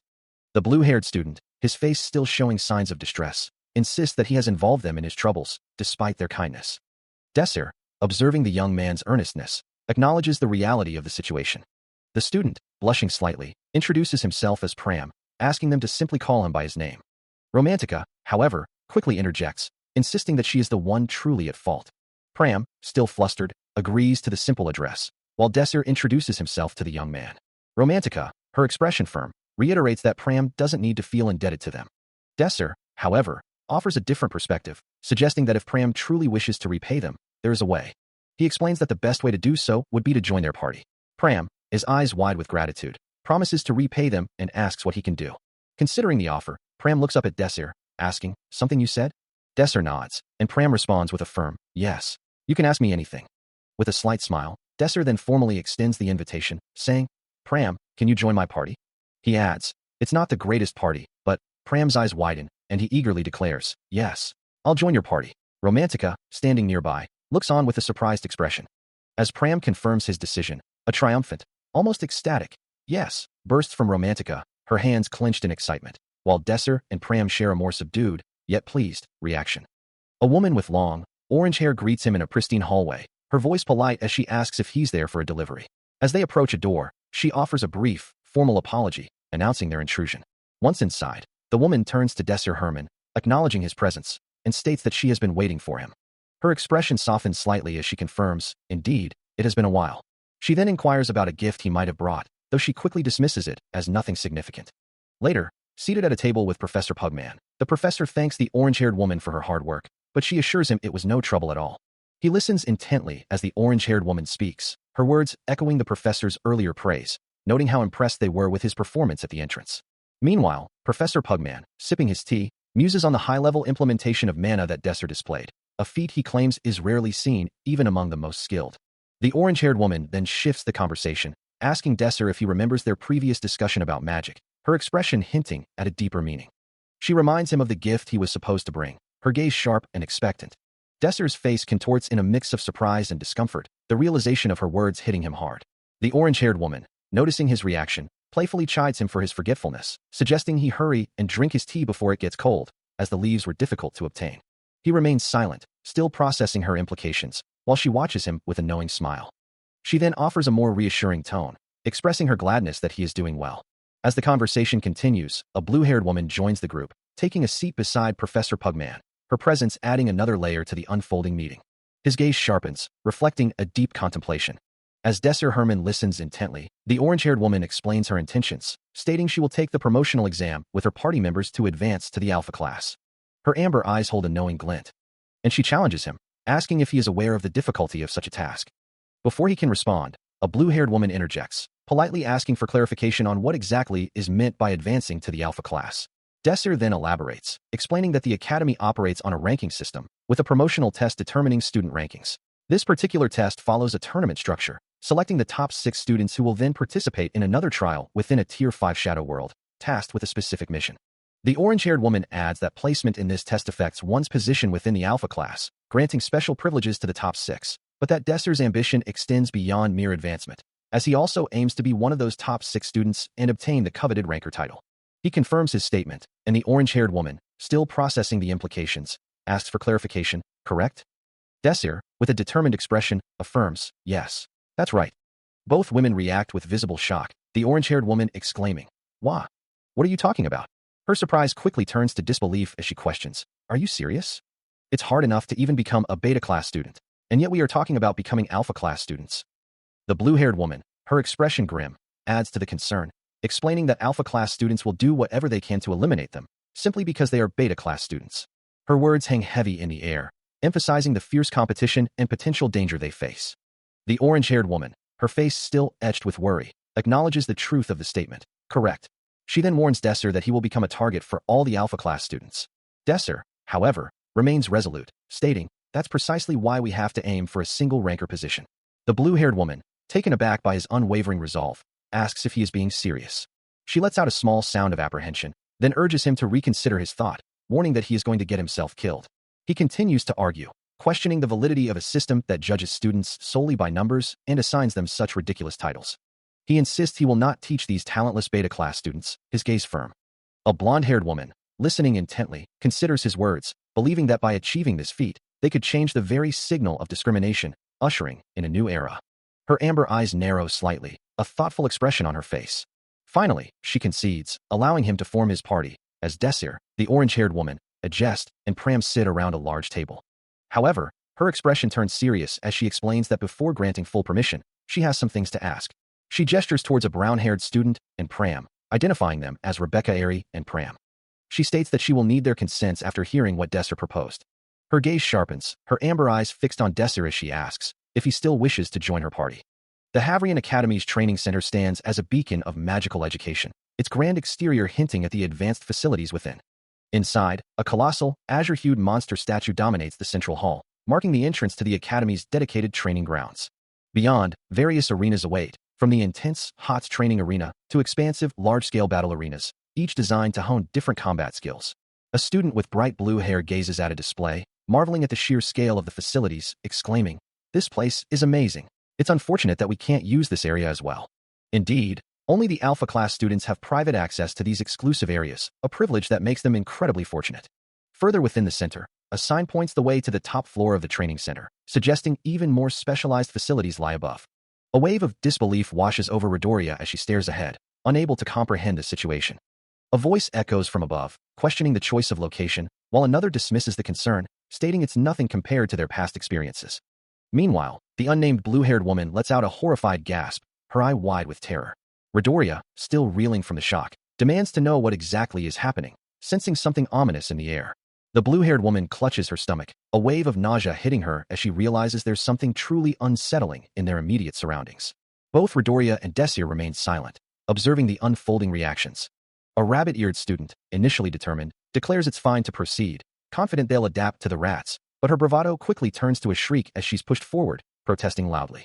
Panicked, she cries out that she's going to die, convinced the creatures will overwhelm her, only to be met with a calm, reassuring voice from an unseen speaker. "You won't die." Desir stands alone, his gaze fixed on a glowing blue crystal, its light pulsating softly in the dim environment. He watches as the blue-haired woman beside him expresses her disbelief, questioning if they're truly expected to fight these creatures, while Professor Pugman, with a stern expression, simply states that the training has begun. The blue-haired woman continues to protest, asking if they're supposed to fight alone, but the professor dismisses her concerns, reminding them that this is a test of their individual abilities, as Midoriya von Dorich cries out in terror. Her scream echoes through the space, a raw cry of pure panic. The sheer scale of the challenge ahead elicits a desperate, resounding no from the students. As a monstrous bear-like creature looms in the distance, Desir Herman holds the trembling Midoriya, who struggles against his grip, while the blue-haired woman looks on in dismay. He tries to calm her, calling out her name, but her fear is overwhelming, a desperate no escaping her lips. Midoriya demands to be released, but he maintains his hold, knowing there's no other option, as the blue-haired woman is forcibly pushed into a glowing green portal, leaving them behind. With a gasp, Midoriya realizes the grim reality of their situation, understanding that this leaves them with no choice but to face the trial. Her eyes wide with terror, she hears Professor Pugman's voice, cold and unyielding, telling her to take care of the rat holes and clean up the floors, a clear dismissal of her fear. Still reeling from the professor's harsh words, Midoriya cries out, demanding to know what's happening, her voice laced with panic as she insists she didn't sign up for this kind of training. Meanwhile, Desir, with a calm resolve, simply states his intention to utilize the current situation. Midoriya, overwhelmed, can only let out a frustrated sigh. Elsewhere, the unnamed blue-haired woman, now in a new, debris-strewn area, looks up in surprise as Desir appears, asking if he's all right. He reassures her that he's fine, then asks if she's okay. She responds that they've finished cleaning the place, indicating she's been diligently working since her arrival. Suddenly, she exclaims, realizing he's gotten up without her, and then quickly apologizes for her outburst, explaining she's not used to having someone else around. Desir, with a gentle smile, tells her not to worry about it, as she questions why he's always doing things like this. He then announces that they're ready to proceed, suggesting they take a bath first, much to her surprise. He watches as Midoriya throws her hands up in exasperation, her voice echoing through the classroom, declaring her hatred for their current training, while Pram looks on in disbelief. Turning his attention to another student, Desir calmly asks why she still hasn't joined his party, prompting a look of surprise from the orange-haired woman. A jest, seated nearby, shares a similar sentiment, as the orange-haired woman internally laments the vast difference in their magical strength, knowing that despite her efforts, she can never truly defeat him in a real fight. Desir reassures them that he has no intention of leaving anyone behind, a statement that elicits startled reactions from both the blue-haired woman and the brown-haired student. The orange-haired woman lets out a frustrated sigh, while a jest finds his persistence utterly annoying. Finally, with a determined expression, the orange-haired woman declares her decision to join Desir's party. Outside, the academy building stands tall and imposing. But the orange-haired woman, now back inside, can't help but sigh again, already regretting her decision, even though it hasn't been long since she agreed to join. Desir, however, remains unfazed, simply stating his acceptance and announcing that their training will begin immediately. A young woman with wavy auburn hair and striking red eyes gazes forward, a mischievous yet determined smirk playing on her lips. Desir Herman stands in a vast, empty training hall, informing Romantica that this expansive space will serve as both their training grounds and their office. As she looks down, a small, unassuming object catches her eye, and she exclaims, wondering what it could be. Holding up the gray, spherical item, Desir confirms it's just a rock, but clarifies that they'll be using it for her training. He then explains that her primary focus needs to be on improving her magic casting speed, prompting a thoughtful expression from Romantica, who recalls her already impressive speed during the entrance exams, a fact he himself witnessed. Desir concedes her point, admitting that her speed was indeed quite remarkable. Desir's gaze is sharp, his words cutting through the air as he addresses the students, explaining that even with their current skills, passing the Alpha class exams would be incredibly difficult. Romantica, her expression thoughtful, asks if he's suggesting they can raise their skills in such a short time. Her eyes widen slightly as she processes his affirmative response. Desir holds up a simple rock, declaring it the tool for their training, and that they will begin with wordless casting. Romantica stares, a hint of disbelief on her face, as he reiterates the concept of wordless casting. He elaborates, detailing how the process involves activating magic without incantations, a concept she finds almost impossible to grasp. Desir continues, revealing that he has seen someone achieve wordless casting before, specifically mentioning Romantica herself. He looks at her with a stern expression, telling her that if she truly doesn't want to follow his training, then he hopes she's satisfied continuing to eat her shameful bread. A moment of frustrated silence passes between them, before he asks what she wants to do instead. Now in a training room, Romantica points to a rope circle on the floor, asking what it is. She then looks at a small rock in her hand, and Desir instructs her to move it over to the circle. Romantica questions if he's really going to make her throw a rock, to which he simply replies, yes.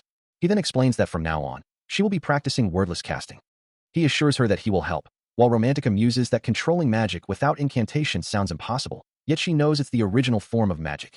She continues, explaining that wordless casting is a lost art, something only a few geniuses can achieve, her frustration evident. Desir acknowledges her point, but then reveals that she has already done it before.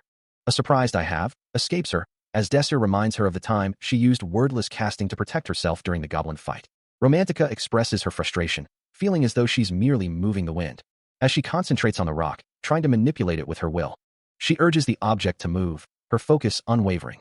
And with a subtle shift, the rock begins to slide across the floor. Desir observes her success, offering a quiet compliment, then instructs her to continue the technique she just performed. Romantica beams, pleased by his rare praise. Suddenly, Pram bursts into the room, eagerly calling out to Desir. asking what he should focus on for his swordsmanship training. A blue-haired student looks on, curious, as Desir calmly reminds Pram that he is already a swordsman. He listens as Pram approaches, asking for advice. Desir, however, dismisses his own expertise, stating he's probably not the best person to ask regarding training. Pram looks surprised, but Desir clarifies, specifying that his lack of expertise is only if they're discussing swordsmanship. Pram, recalling the phantom sword technique Desir taught him, looks confused. Desir explains that the phantom sword is an advanced technique requiring significant mana. Then, his gaze sharpening, he asks if Pram is hiding something. Pram flinches, feeling a pang of hurt. Desir's voice turns stern, demanding to know why Pram is concealing his rapier. Pram's eyes widen in shock, unable to comprehend how Desir could have known. Desir presses him further, asking how he knew about the rapier's previous use. Reiterating his question, Desir asks if it's true that Pram is hiding his weapon. Pram, looking up with a determined expression, admits it, explaining that the issue involves his family's honor. A quiet voice calls out, "Hey, Mr. Desir." Pram, looking downcast, confesses, "I'm not sure if I should be telling you this, but..." He continues, his voice barely above a whisper, "I've never even seen my father before." The young man's gaze drops further as he reveals, "My mother was a commoner, and my father was from a noble family. I am an illegitimate child." Pram then shifts the topic, hinting at a deeper secret. "What I am about to show you is an item that my father left behind for me." The two sit together on a comfortable couch, the weight of Pram's words hanging heavy in the air, as he prepares to unveil the mysterious legacy. As the conversation continues, Pram asks if Desir would like to see the item his father left behind, prompting a curious response from the mage. Holding up a small, ornate box that glows with an ethereal light, Pram confirms this is the very item. Reaching out a hand, Desir requests to examine it for a moment. Observing Desir's focused expression as he holds the mysterious object, Pram notes that even a mage of his rank seems unfamiliar with it, asking if he's truly never encountered anything like it before. Desir admits he has never seen anything quite like it, unable to even discern the type of magic imbued within, a fact Pram seems to have anticipated. Pram explains that it is a magic item his father left for him, intended as a gift for his mother, yet it remains impossible to analyze. He recalls his mother's reaction to him, a memory tinged with sadness, as she would always look at him with teary eyes and deep concern. In a flashback, a younger Pram asks his mother if she ever met his father, only to be sternly warned never to go looking for him. Despite the sadness in her eyes, she reassures her young son, telling him not to be sad and that she loves him very much. He remembers the day his mother passed, a small child weeping beside her. Even on her deathbed, she never revealed his father's name. Illegitimate children were often treated as outcasts, regardless of their status, and if his father had attended Hassan Academy, he would have been a noble with no standing. Even after her death, the warning echoed in his mind. Despite his mother's warnings, he had come to Hassan Academy, determined to find his father. He had spent a year there, accumulating knowledge and information through various means, yet still, he hadn't found a single clue as to his father's identity. So, he decided to inspect the only link he had left to him, which was the rapier. But after a thorough inspection, it was just a normal rapier. Still consumed by his past, Pram recalls his childhood self, weeping over the man his mother despised, the father he was compelled to seek out. His teenage self, overwhelmed by emotion, questions if his father's legacy was truly more precious to his mother than he was, a belief he had always held close. His hand tightens around the hilt of the rapier, the only tangible link to his elusive father. Yet, after a year of fruitless searching, he can only see it as a worthless, ordinary object. He remembers his mother's warnings, her plea for him not to search, but he felt he had no other choice. Both his younger and older selves echo the same sentiment, a quiet, desperate call for his mother. The rapier lies inert, leaving him with no answers, no path forward, just the frustrating ordinariness of the blade. But then, a soft blue glow emanates from the rapier, making him question everything he thought he knew about his memories and the item itself. He considers the young man, realizing he must have seen Pram far more often in his past life than in the current one, leading to a profound thought. Perhaps the boy is far more important than he appears. A sudden realization dawns on him, as his mind races to connect the dots, focusing on the silverlight rapier. The very rapier Pram had shown him. Glowing with an ethereal blue light, he distinctly remembers seeing it in his past life as well. A train car glides smoothly along its tracks. Before the scene shifts to a young man with dark hair, his voice echoing with urgency as he calls out, "Pram, where are you?" A moment later, Pram, with his distinctive light blue hair, responds with a slight start, "Keha? I am right here."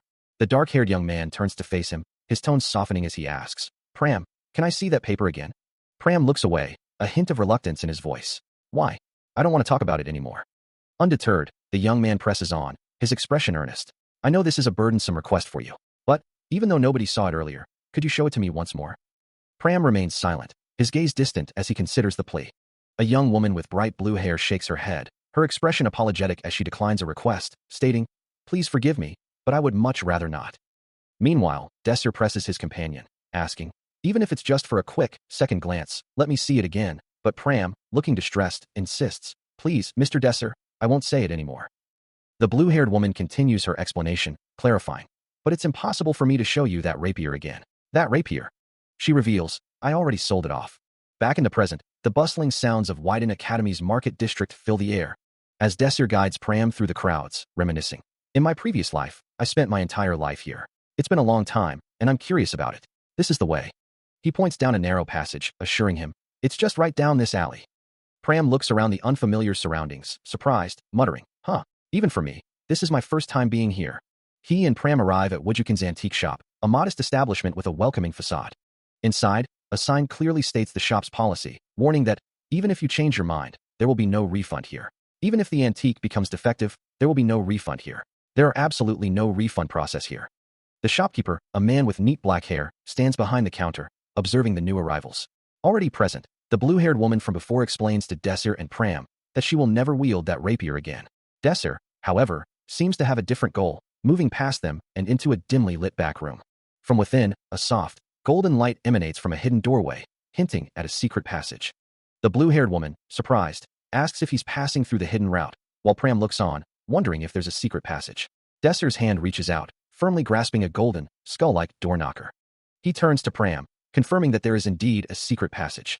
A shopkeeper, his expression welcoming, gestures to the customers before him, inviting them further into his establishment.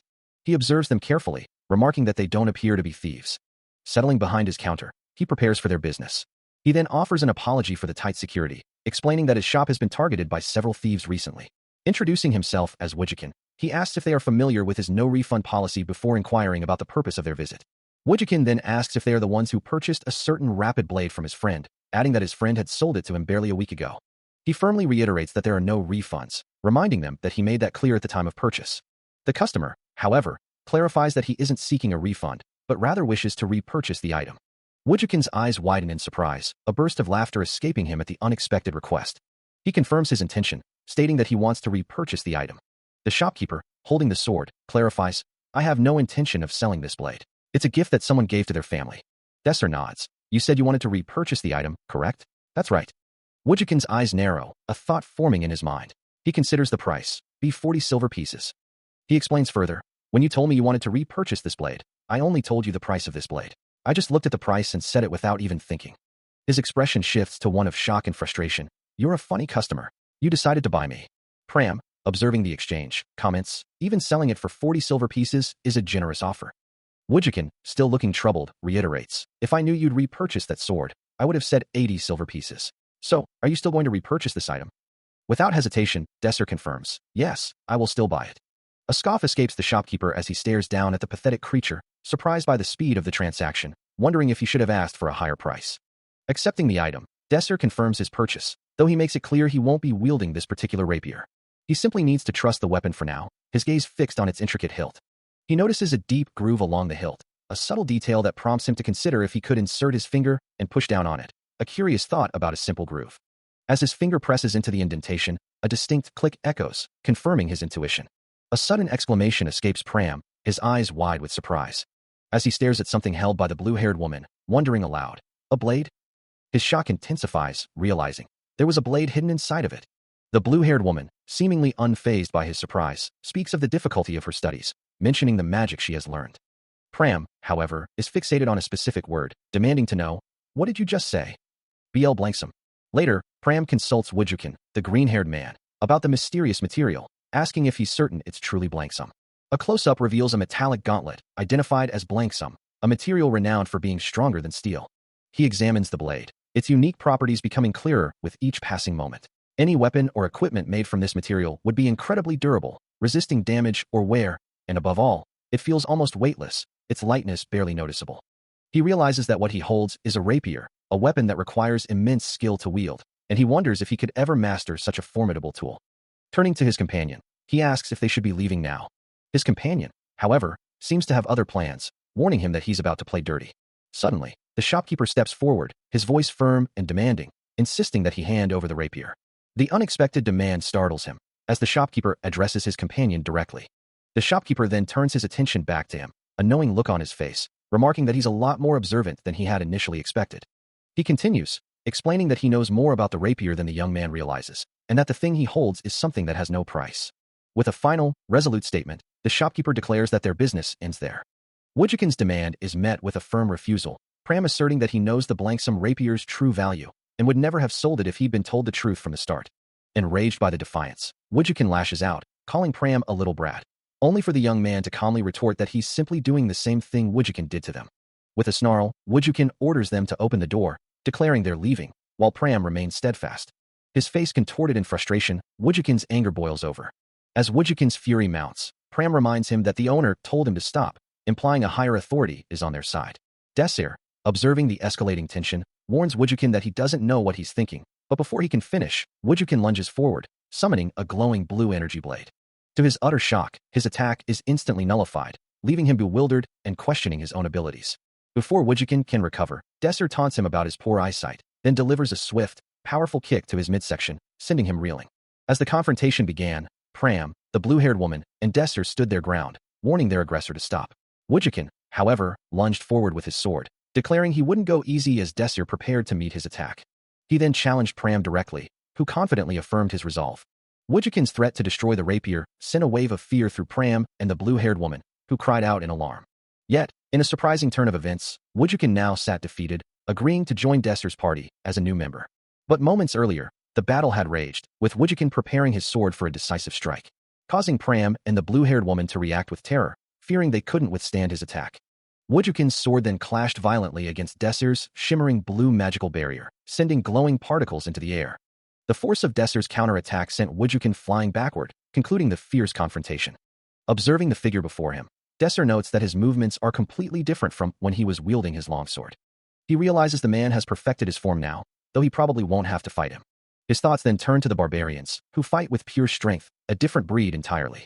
He acknowledges that their physical strength is on a different level from anything he's seen before. The barbarian is truly a monster. Then, his attention shifts to the blue-haired mage, recognizing that she is strong, and he will have to be careful. His eyes narrow slightly, before a hearty laugh escapes him, realizing he won't have to worry about the barbarian after all. Meanwhile, Woojikin stands firm, a golden aura flaring around him as he declares, "I'm ready. This is the pride of a warrior. I fight." After spending so much time among them, he still finds their way of speaking a bit difficult to fully grasp. But before he can dwell on it, Woojikin's booming voice cuts through the air, declaring his readiness to move forward. A small, amused thought crosses his mind about the tiny warrior. A student with light brown hair lets out a desperate, drawn-out scream. As another student, this one with light blue hair, moves with blinding speed, initiating a swift sword attack. The blade connects with brutal force, sending crimson droplets flying. The light brown-haired student's eyes widen in sheer terror, the realization of his opponent's overwhelming speed echoing in his mind. Another flurry of strikes lands, each impact punctuated by more blood. The light blue-haired student stands poised, sword ready, having delivered a devastating series of blows. The blue-haired student moves with blinding speed, a blur of motion closing the distance in an instant. Before the brown-haired student can even react, a powerful kick connects squarely with their face, sending a spray of sweat and saliva into the air. As the victim stumbles, another forceful blow lands, a stomp to the chest driving them further into the dusty ground. A flurry of rapid punches follows, each strike a sharp impact against the brown-haired student's body. Finally, with a surge of crackling energy, a devastating blow sends the brown-haired student flying, their body arcing through the air. The blue-haired student watches them fall, their eyes glowing with an intense blue light, a frustrated thought echoing, "I can't see his movements. Attack power is low, but speed is fast." The brown-haired student lies motionless on the ground, while the blue-haired student's gaze remains fixed, a low growl escaping them. Their eyes now burn with a furious red glow, a single thought dominating their mind. This very punk. With a sigh of disappointment, the blue-haired student laments. "Even though I seriously attacked him, he barely moved at all. Is he playing with me?" A towering, muscular beast, its reddish-brown skin taut over powerful muscles, lets out a guttural roar, asserting its formidable presence. Wielding a slender rapier, the brown-haired student wonders aloud, "Can I even take down a barbarian of this caliber in the first place, using this rapier?" His blue-haired companion's sharp gaze cuts through his hesitation, her voice firm as she commands, "Stop. Focus, Pram." Pram, still reeling from his previous defeat, can only manage a weak protest. "If he must be taken down, I must take him down alone." But before he can act, the blue-haired woman launches herself forward, a blur of motion as she delivers a powerful kick directly into the monster's chest, the impact echoing with a sharp crack. Her leg snaps back with incredible speed, leaving a trail of afterimages as she declares, my body gets accustomed to my speed. Her resolve hardening, she vows. I will have to end this fight with one strike. The massive beast, momentarily stunned, seems to brace itself, its thoughts focused on locating her vital points. As her declaration echoes, a torrent of frigid blue energy erupts from the blue-haired woman, engulfing the massive monster in a blinding flash of ice and light. The creature's roar is cut short as the ice rapidly spreads, crystallizing its form and trapping it within a shimmering, frozen shell. With a final, explosive burst, the monster shatters into countless fragments, dissolving into sparkling dust that disperses into the air. The blue-haired woman stands amidst the fading magical particles, her posture rigid, the air around her still crackling with residual power. Suddenly, a sharp cough escapes her lips, a spray of blood staining the air as her body recoils from the immense strain. She stumbles forward, clutching her chest, her knees threatening to give out beneath her. Gasping for air, her face contorts in pain, the effort of her attack clearly taking a heavy toll. Approaching cautiously, Pram asks if she is finished. She struggles to respond, her breath still ragged, unable to form a coherent word. As the dust settled from her devastating attack, a concerned voice wondered if she was truly all right. Meanwhile, Desser reflected on his own actions, questioning if he had pushed too hard, vowing internally that he couldn't allow Pram to be injured again. He moved to intercept Pram, who was rushing forward, telling him to stop, but the younger boy insisted he was fine. The blue-haired woman, still on the ground, looked up at Desser, reassuring him that she was okay. Desser's gaze lingered on her, a thought forming in his mind that he could do this, while another part of him acknowledged that she truly was something else. Her eyes, now glowing with an intense, determined light, met his. He found her quite hard to read, a realization dawning on him that she might have known everything from the very beginning.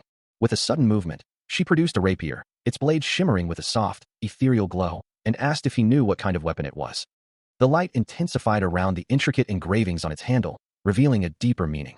The blue-haired woman struggles against Desser's grip, pleading to be released. Meanwhile, the massive monster looms, its voice rumbling with a promise to repay them for everything they've done. She demands to know if he will act, her frustration evident. Before he can respond, she declares her intent to handle the situation herself, her arm glowing with a fierce blue light. With a burst of speed, she lunges forward, her rapier a blur of silver and blue energy aimed at the monster. But the creature is swift, deflecting her strike with a powerful forearm. Desser watches intently as the blue-haired woman continues her assault, though she is clearly being pushed back. With a brutal counter, the monster sends her flying backward, a spray of blood marking her impact, prompting a cry of alarm for Pram. Desser's face contorts in a grimace, his eyes wide with a mix of shock and fierce resolve. A powerful, close-range strike connects with a blur of motion, sending the blue-haired woman reeling backward, her body twisting from the impact as red energy bursts around her. A desperate cry echoes through the air, calling out, "Pram!" The blue-haired woman stares wide-eyed, her expression a mix of shock and alarm, while Pram below her reacts with equal urgency. Without hesitation, he unleashes a swift, powerful sword swing, the blade cutting a bright arc through the air. Desser watches the unfolding events, his gaze sharp and focused.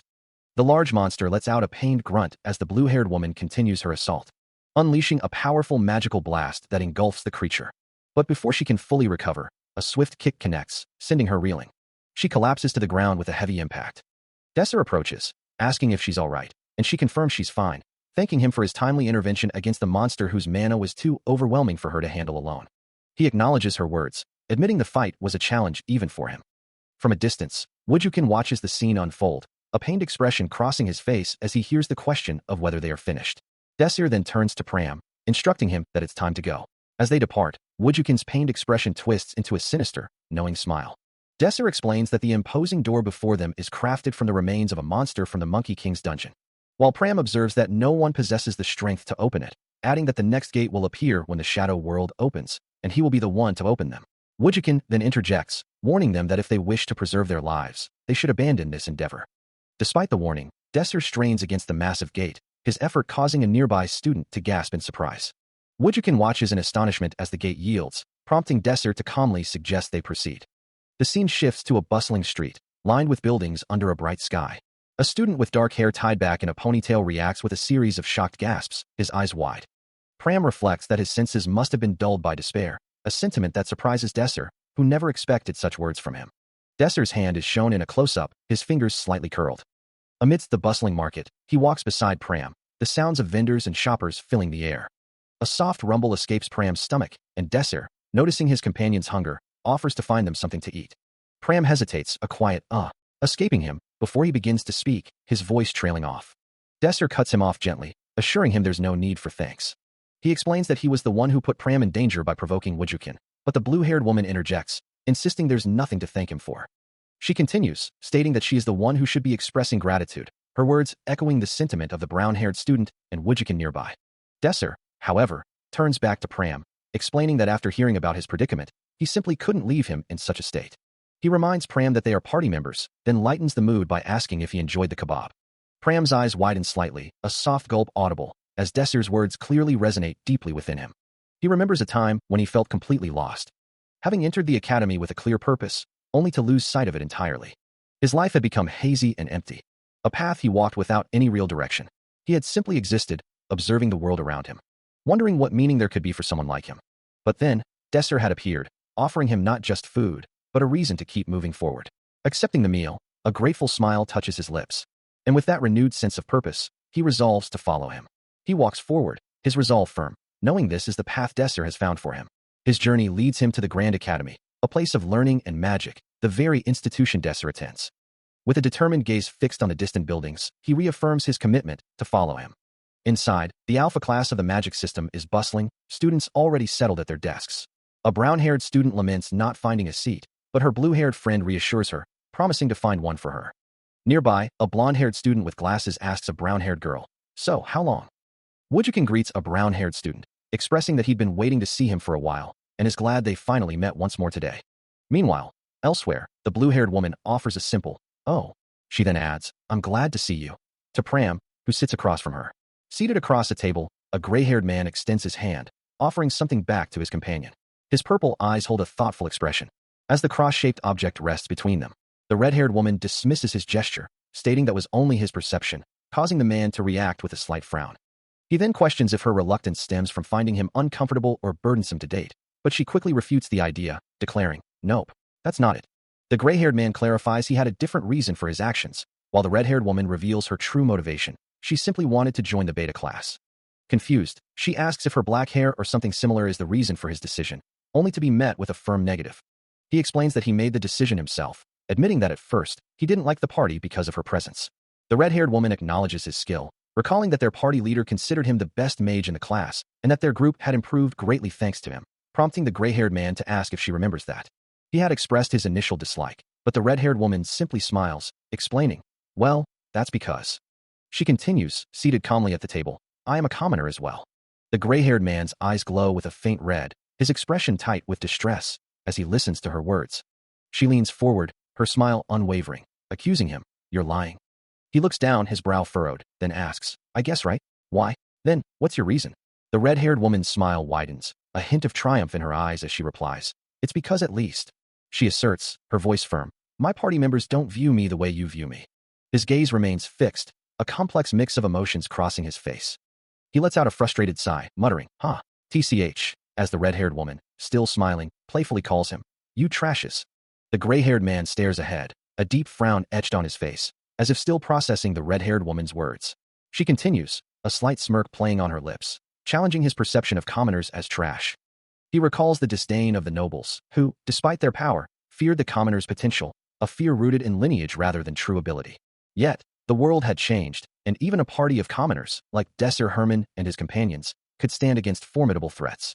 The emergence of the shadow world and the power of magic gems had shifted the balance, allowing anyone with talent to rise. This new reality forced the nobles to accept commoners into their ranks, even if only to harness their potential from magic gems. The gray-haired man acknowledges the nobles' current fragility, comparing them to a crumbling sandcastle, unaware of the true forces at play that are dismantling their old world. The red-haired woman, however, seems to understand the depth of the change, her gaze firm as she speaks of the nobles' impending collapse. He can only look on, a hint of surprise on his face, as she confidently asserts the inevitable. Still locked in their tense discussion, the gray-haired man's frustration boils over, accusing the blue-haired woman of acting superior to their teachers and questioning her ability to stop the inevitable changes already in motion. His gaze sharpens, his eye glowing with an intense blue light as he dismisses her words as a mere past incident, the memory of that day still vivid in his mind as if it had just happened. His face contorts in a snarl, his glowing blue eye reflecting a deep-seated hatred for those evil bastards from the Republic, a shadowy group of figures with piercing red eyes appearing in his tormented recollection. The blue-haired woman, however, remains composed, simply agreeing to his terms and stating her understanding of why they are destined to become enemies. Meanwhile, Desser Herman, lost in his own thoughts, wonders about the events that transpired, his mind drifting back to a time when he was just a student with nothing. He recalls a simpler time, sharing a meal with Pram and the blue-haired woman, a stark contrast to the current turmoil. The gray-haired man's fury reignites, his memory returning to a specific, painful event, a solemn vow that they would never forget the execution. His eye glows with renewed intensity as he screams internally for the death of his enemies, vowing to cast all the filthy nobles into hell and build a new world where everyone is equal. His rage consumes him, demanding punishment for the guilty, for they are the reason he lost everything, and he desires nothing less than their complete annihilation and the seizure of all they possess. Amidst a swirling cloud of dust and debris, a cloaked figure calls out urgently, "Hurry and cover your head," as the chaotic scene unfolds around them, a tattered flag barely visible through the haze. His gaze sharpens, one eye burning with an ominous red glow. The gray-haired man's expression hardens with grim resolve. Within the administrative offices of Havrian Academy, a voice presses for an update on the special interview, asking how far along the process is. As a stack of papers is placed on a desk, the response confirming that it's almost done, with the data sheets now ready. Wujikin, the green-haired man, expresses his frustration about a past incident, while his gray-haired colleague urges him to hurry, emphasizing the need to be the first to report the results. Wujikin, contemplating the situation, acknowledges the significance of this particular issue, concluding that it will undoubtedly become a great hit. Meanwhile, in a bustling waiting area, students anxiously discuss their interview performance, with one student fearing failure, another agreeing, and even a top student expressing worry, despite their academic standing. Desir and his companions listen, one of them remarking on the unbelievable nature of the situation they are about to face. The academy halls remain quiet, as a red-haired woman confirms to her gray-haired colleague that their plan was executed perfectly. Suddenly, a violent, shattering sound echoes from outside the building, followed by the sight of a broken object strewn across the floor, surrounded by onlookers. Inside, a blonde-haired student stands between two administrators, one of whom is the gray-haired man from earlier. While nearby, a student's frustration boils over, a quiet curse escaping them. Wujikin's face contorts in a snarl, as the gray-haired administrator slams his fist down, enraged by the audacity of these beta-class students. Wujikin's fury erupts, his voice booming about the alpha-class commanders, demanding that the others study. Hunched over his desk, the gray-haired man breathes heavily, the weight of recent events pressing down on him. A sharp, metallic glint flashes, as if a blade has been drawn in defiance. And the red-haired student slams her hand down in frustration, questioning the very existence of an alpha class in such a chaotic situation. The gray-haired man, still reeling from humiliation, mutters about the bastard's plan and the suffering it caused, even as he begrudgingly acknowledges a debt to some hopeless progenitor. Wujikin, his face contorted in a snarl, recalls the beta student's admission to the academy, wishing he had simply ended him then. Meanwhile, the gray-haired man reviews a document, its text starkly demanding that beta-class students must enter the top 20 and calling for an immediate remedy. His anger boils over, unable to believe the situation, and he vows to retaliate tenfold. Outside, the academy stands, an imposing structure of learning, oblivious to the turmoil within its walls. Back at his desk, the gray-haired man, now calmer, reflects on his harshness towards the student, admitting his own blindness and resolving to no longer tolerate their actions. He issues a stern command, instructing his subordinate to use any means necessary to eliminate Desir's party and secure the single-ranker spots. A blonde-haired student, listening intently, pauses, a flicker of surprise crossing his face as he processes the directive. He then turns to his companions, a blue-haired woman and a brown-haired student, who appear equally taken aback, and asks if they are finally able to leave this hell. The gray-haired man, recalling a previous encounter, reminds the blonde student that he had previously fought with Desir. The blonde student's expression hardens, a confident smirk forming on his lips, as he challenges the notion that he cannot beat Desir this time. Observing his resolve, the gray-haired man nods, satisfied that his determination is sufficient. Meanwhile, the blue-haired woman, still processing the implications of the order, expresses her concern about the alpha class. The gray-haired man then addresses the blonde student by name, Zod, reminding him that he doesn't have much time. With that final instruction, he reiterates the command to do everything possible to eliminate Desir's party. A sharp, golden eye narrows, reflecting a calculating mind.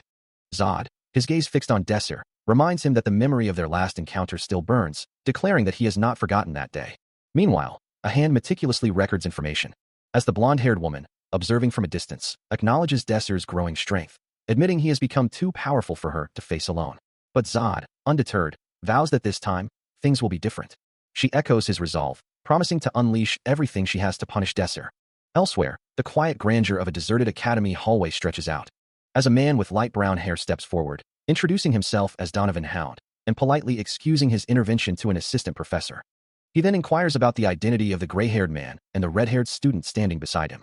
As the political maneuvering continues, Zod approaches two students, asking if they are against someone becoming the party leader, while the students confirm their opposition to the individual taking that role. He quickly clarifies that his inquiry is not about that at all, but something entirely different. Zod then reveals his true intention. He wishes to leave Romanika's party and join Desser's. The students acknowledge his skills, believing he is more than capable of leading a party on his own, but express concern that his departure from Romanika's party due to personal reasons could cause problems.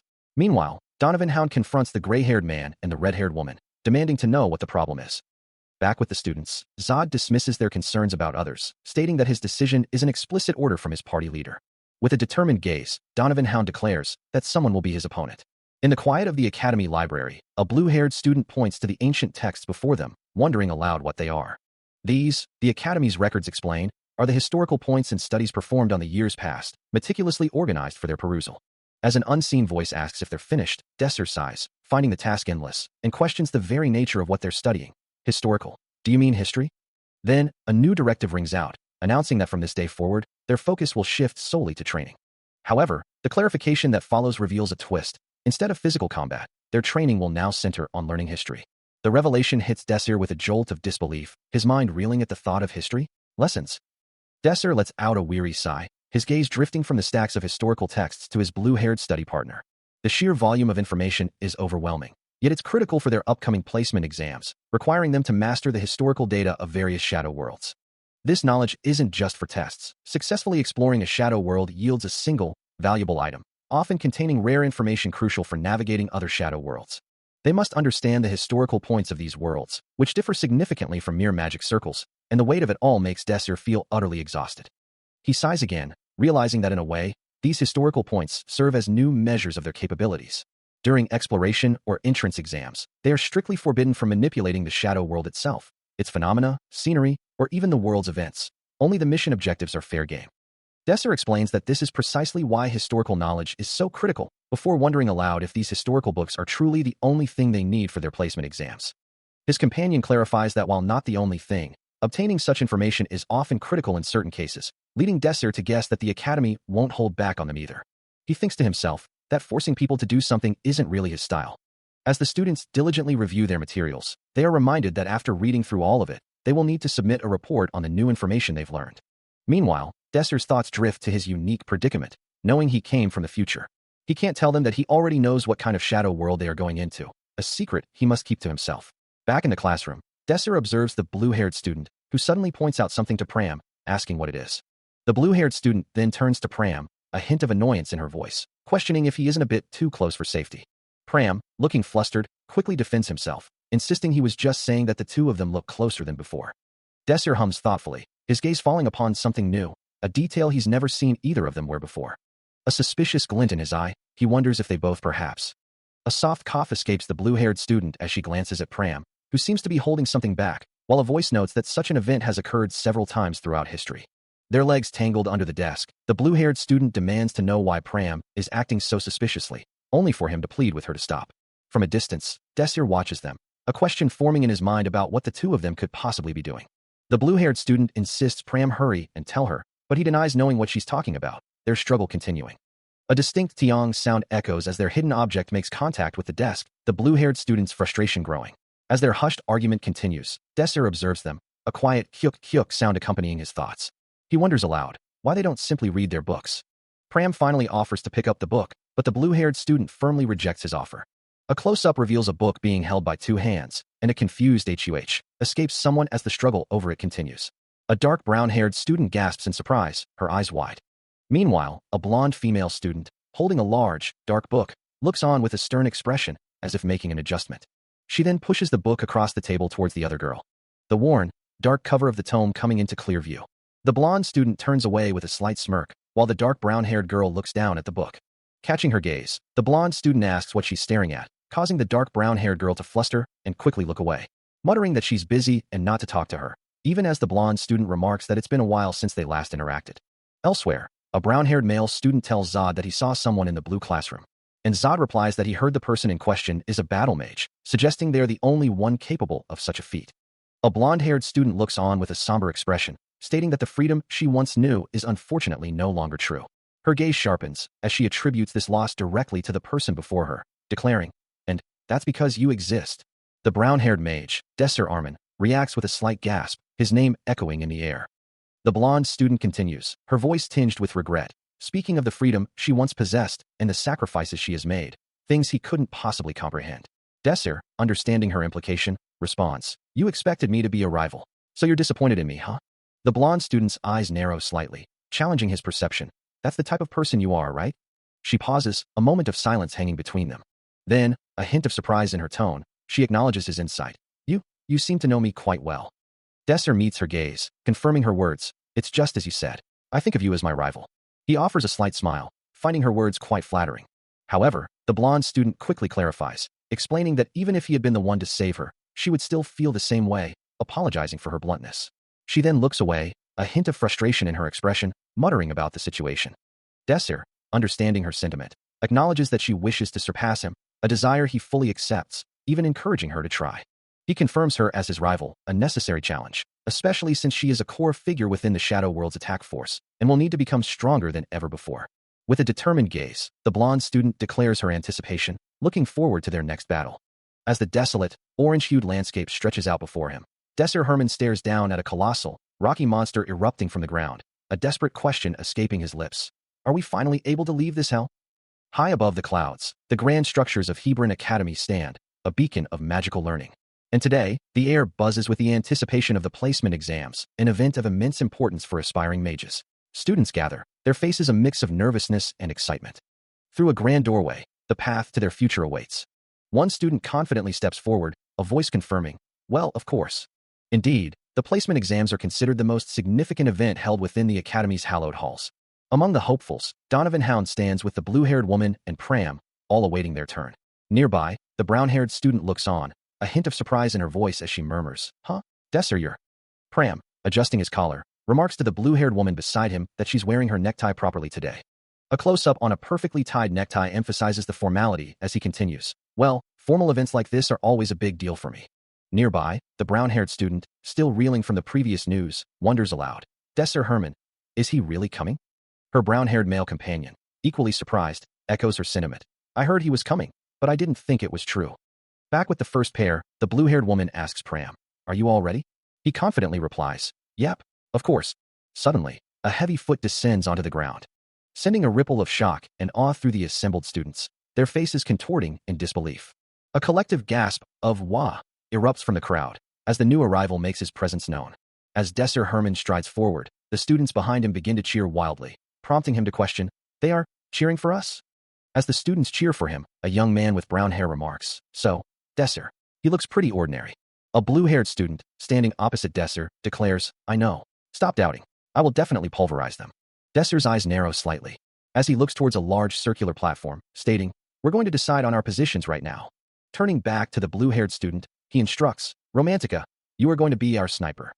She responds, a hint of concern in her voice, "You are going to position yourself in the back. After you, your search magic is the most accurate. After you, you'll be able to take them down." Another student adds, "You can't use magic, can you?"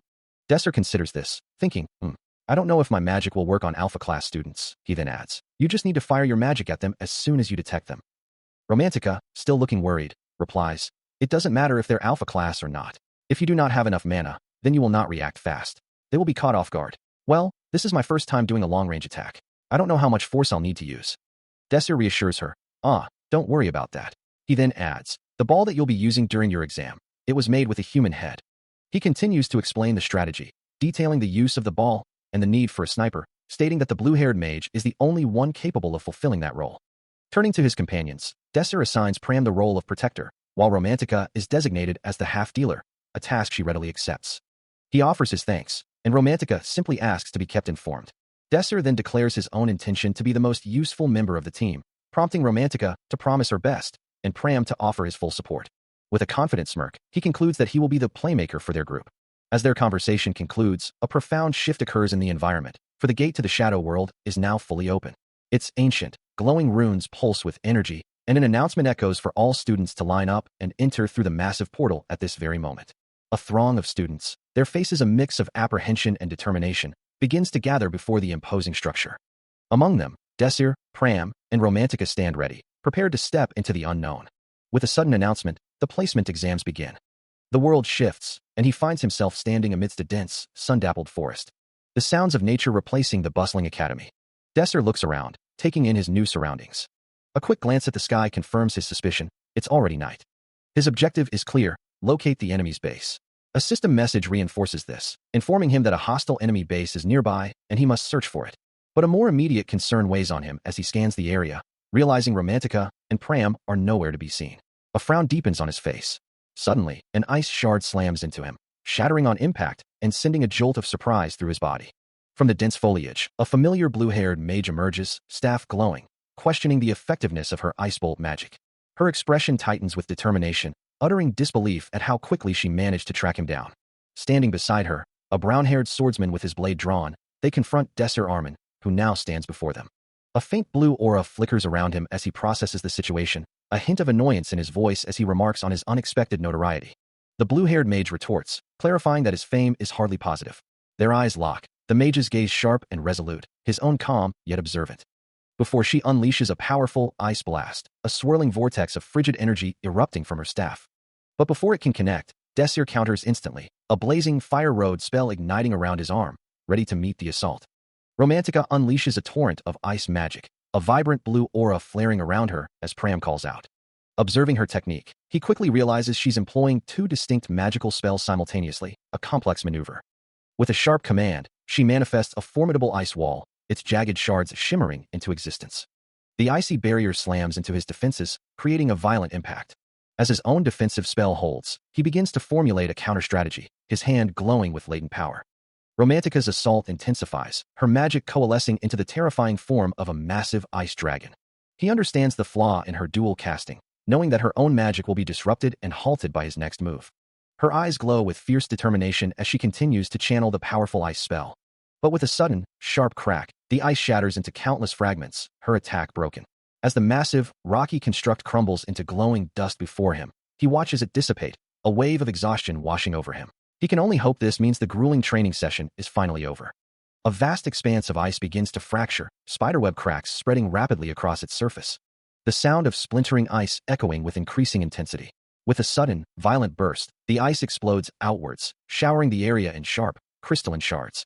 Through the dissipating mist of ice, a massive, reddish-brown hand punches through the remaining barrier, its sheer force shattering the last fragments.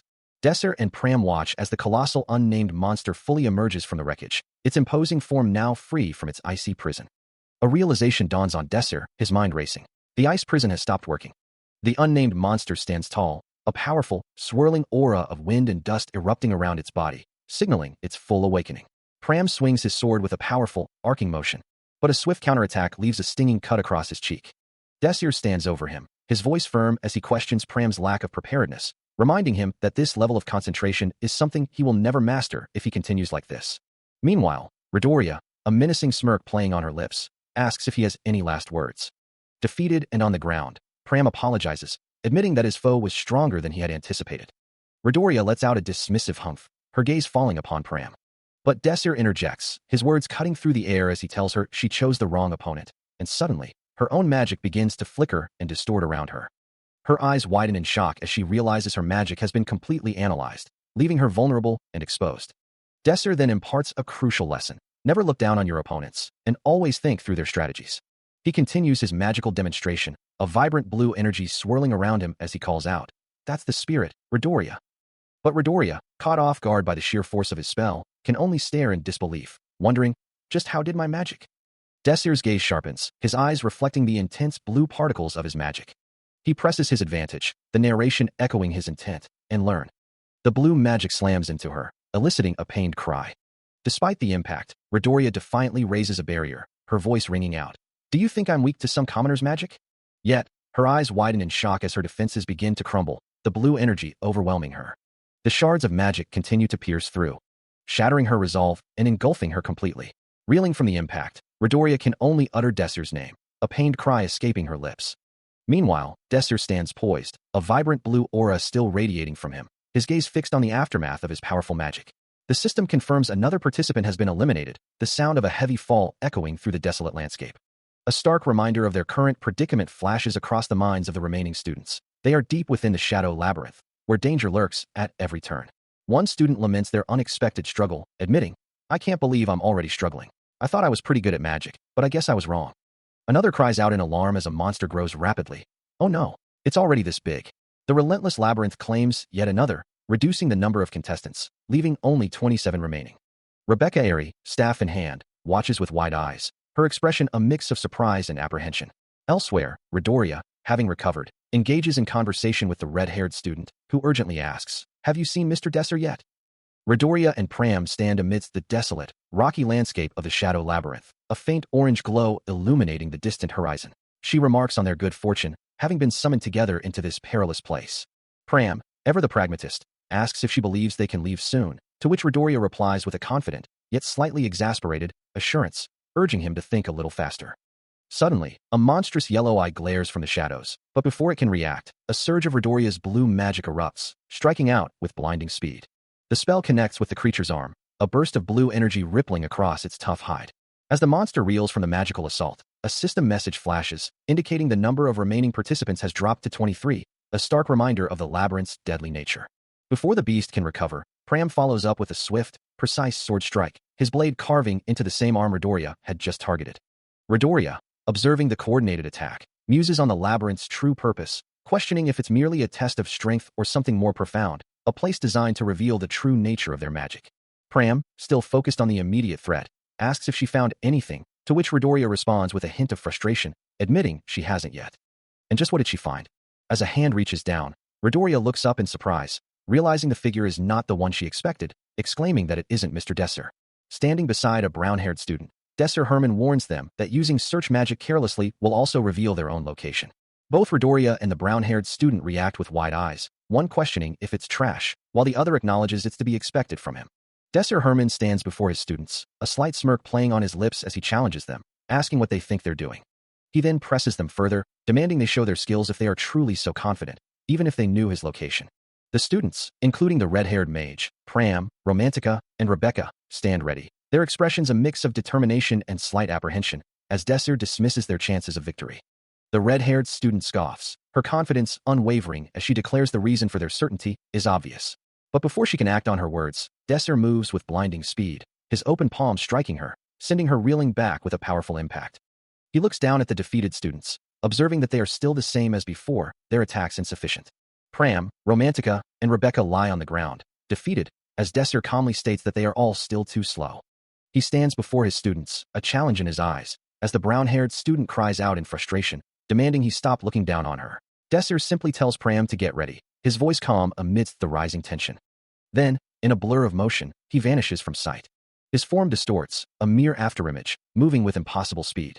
Before Redoria can even react, a powerful, unseen force sends her reeling backward, a shockwave rippling through the air. Pram, equally caught off guard, is struck with the same devastating impact, his body flung through the training ground. Watching the swift defeat, the brown-haired student gasps, questioning how he could be so fast, wondering if he truly came from the beta class, while the red-haired student curses his arrogance. As he closes the distance, the brown-haired student desperately tries to defend, shouting at him not to dare look down on her. But it's no use. A final, swift strike sends her crashing to the ground with a pained grunt, leaving the red-haired student stunned and questioning how he achieved such a feat.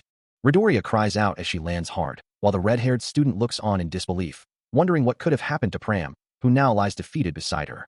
As the sparring continues, Desser's magic slams into Pram, sending him recoiling with a surprised grunt. Meanwhile, Redoria struggles to maintain her spell, her own magic deflected by an unseen force. Pram collapses to the ground, defeated, while Redoria, frustrated, shouts that he shouldn't only focus on one opponent. She lunges forward, attempting to lecture Desser about looking away from his opponent, but he remains unfazed. Before she can finish her thought, Desser's hand shoots out, grabbing her wrist and stopping her attack cold. With a swift, fluid motion, he spins her around. The force lifts her off her feet, sending her flying through the air as she cries out in surprise. He then calmly reminds Redoria that she shouldn't be lecturing him, her movements far too slow to catch him off guard. Without missing a beat, his magic strikes the brown-haired student, sending her reeling from the impact. Pram launches his attack, declaring his intent to finish the alpha class. But before his strike can connect, a blinding light erupts, and a voice curses the sudden turn of events. A system message confirms one elimination, leaving Redoria stunned, unable to comprehend how he failed to land even a single blow. Desser calmly explains that this rigorous training is essential for their growth, reminding Pram of his current standing. Meanwhile, his own hand glows with a potent blue energy, striking another opponent. Another system message confirms a second elimination, leaving the red-haired student surrounded by a chilling blue aura, defeated. Later, Midoriya and the red-haired student reflect on their easy defeat, wishing their opponents would lower their guard. Pram joins them, acknowledging that his skills have indeed improved, all thanks to Mr. Desser. Desser, overhearing their conversation, feigns forgetfulness, then playfully asks if they were discussing something amusing, perhaps a meal at the park. Laughter erupts from the students, one of them calling out to Desser, "You already knew," while another playfully remarks on his strange personality. He chuckles, acknowledging their progress, then admits he got a bit carried away and missed his chance to intervene. One of the students huffs, claiming it was their help that made the difference, while another insists they were watching the entire time. Desser then asks about the monster they were fighting, surprised they hadn't noticed his absence, before praising their improved fighting skills, which elicits a surprised exclamation from them. Romantica excitedly asks if the others saw what just happened, while one of her companions sighs in relief, admitting they almost died. She then suggests they might be in the same field again, prompting a confused "what?" from another student. A soft chuckle escapes him, causing a student to demand, "What are you doing?" He advises them to train harder and get stronger, which one student quickly denies, but Desser simply states that it's getting late. A sense of anticipation hangs in the air, as it seems something new is about to begin. A storm gathers over a towering clock tower, its ancient stones illuminated by flashes of lightning and the deep rumble of thunder. From the encroaching darkness, a pair of malevolent red eyes suddenly gleam, accompanied by a faint, unsettling squeak. A figure cries out, engulfed in a sudden, explosive burst of fire. As an unnamed assailant, a faint blue aura shimmering around him, declares with a confident smirk that it was nothing personal, while Desser Herman observes the scene. A system message confirms the outcome, announcing that one person has been eliminated, leaving only 24 contestants remaining. The red-haired woman notes that another person has been eliminated, a fact Pram acknowledges as he cradles a distressed Midoriya. Desser, turning to Midoriya, simply responds, "Ah, right," to her question about their collective decision-making. A new system message clarifies the rules of the Alpha class, explaining that with 24 participants, advancement can be achieved either by being in the top 10 percentile or by being in the bottom 10 percentile and still standing. He questions the rules, reminding Pram that the Alpha class is comprised of 24 people, to which Pram clarifies that they don't necessarily need to be in the top 10 percentile to pass. Acknowledging his point, Desser then reveals they have a chance with a second method. Meanwhile, Rebecca Airy, standing with Midoriya, confirms the strategy, stating they don't need first place and can simply aim to remain within the top 9. Desser elaborates on his plan, predicting that the other classes will soon begin fighting each other, leaving 23 people remaining. He explains that while the other classes are preoccupied, they only need to eliminate 13 more people, a method he finds considerably easier. Midoriya enthusiastically agrees with his assessment. As the sky darkens and rain begins to fall, the red-haired student suggests they find somewhere dry. The group continues walking through the downpour. With Pram suggesting it's better to stick together, a sentiment Midoriya echoes, adding that she's quite happy with their current situation. He finds the current situation a bit different than he expected, observing Romantica and Pram looking flustered for the first time, which he considers a good sign of their growth. Meanwhile, Romantica wonders aloud, pondering the implications of their current predicament. Pram, too, considers the potential fallout, specifically what would happen if his commoner identity were to be accepted now. With a slight blush, Romantica concludes that her commoner identity would most likely be revealed. As her hand trembles slightly, Desser calls her name, Romantica. He advises her to stop looking as if she's been caught doing something wrong, assuring her that it won't be that bad. With a reassuring smile, he tells her not to worry, for she has him. A deep blush spreads across her face as Romantica thinks about how truly kind he is. As the rain begins to fall, she reflects on their party, remembering his earlier words. Romantica, still reflecting on the previous conversation, finds herself enjoying the moment, while Pram observes her, noting her unusual behavior. Above them, a colossal clock tower looms into view, its ancient structure silhouetted against a rapidly darkening, stormy sky.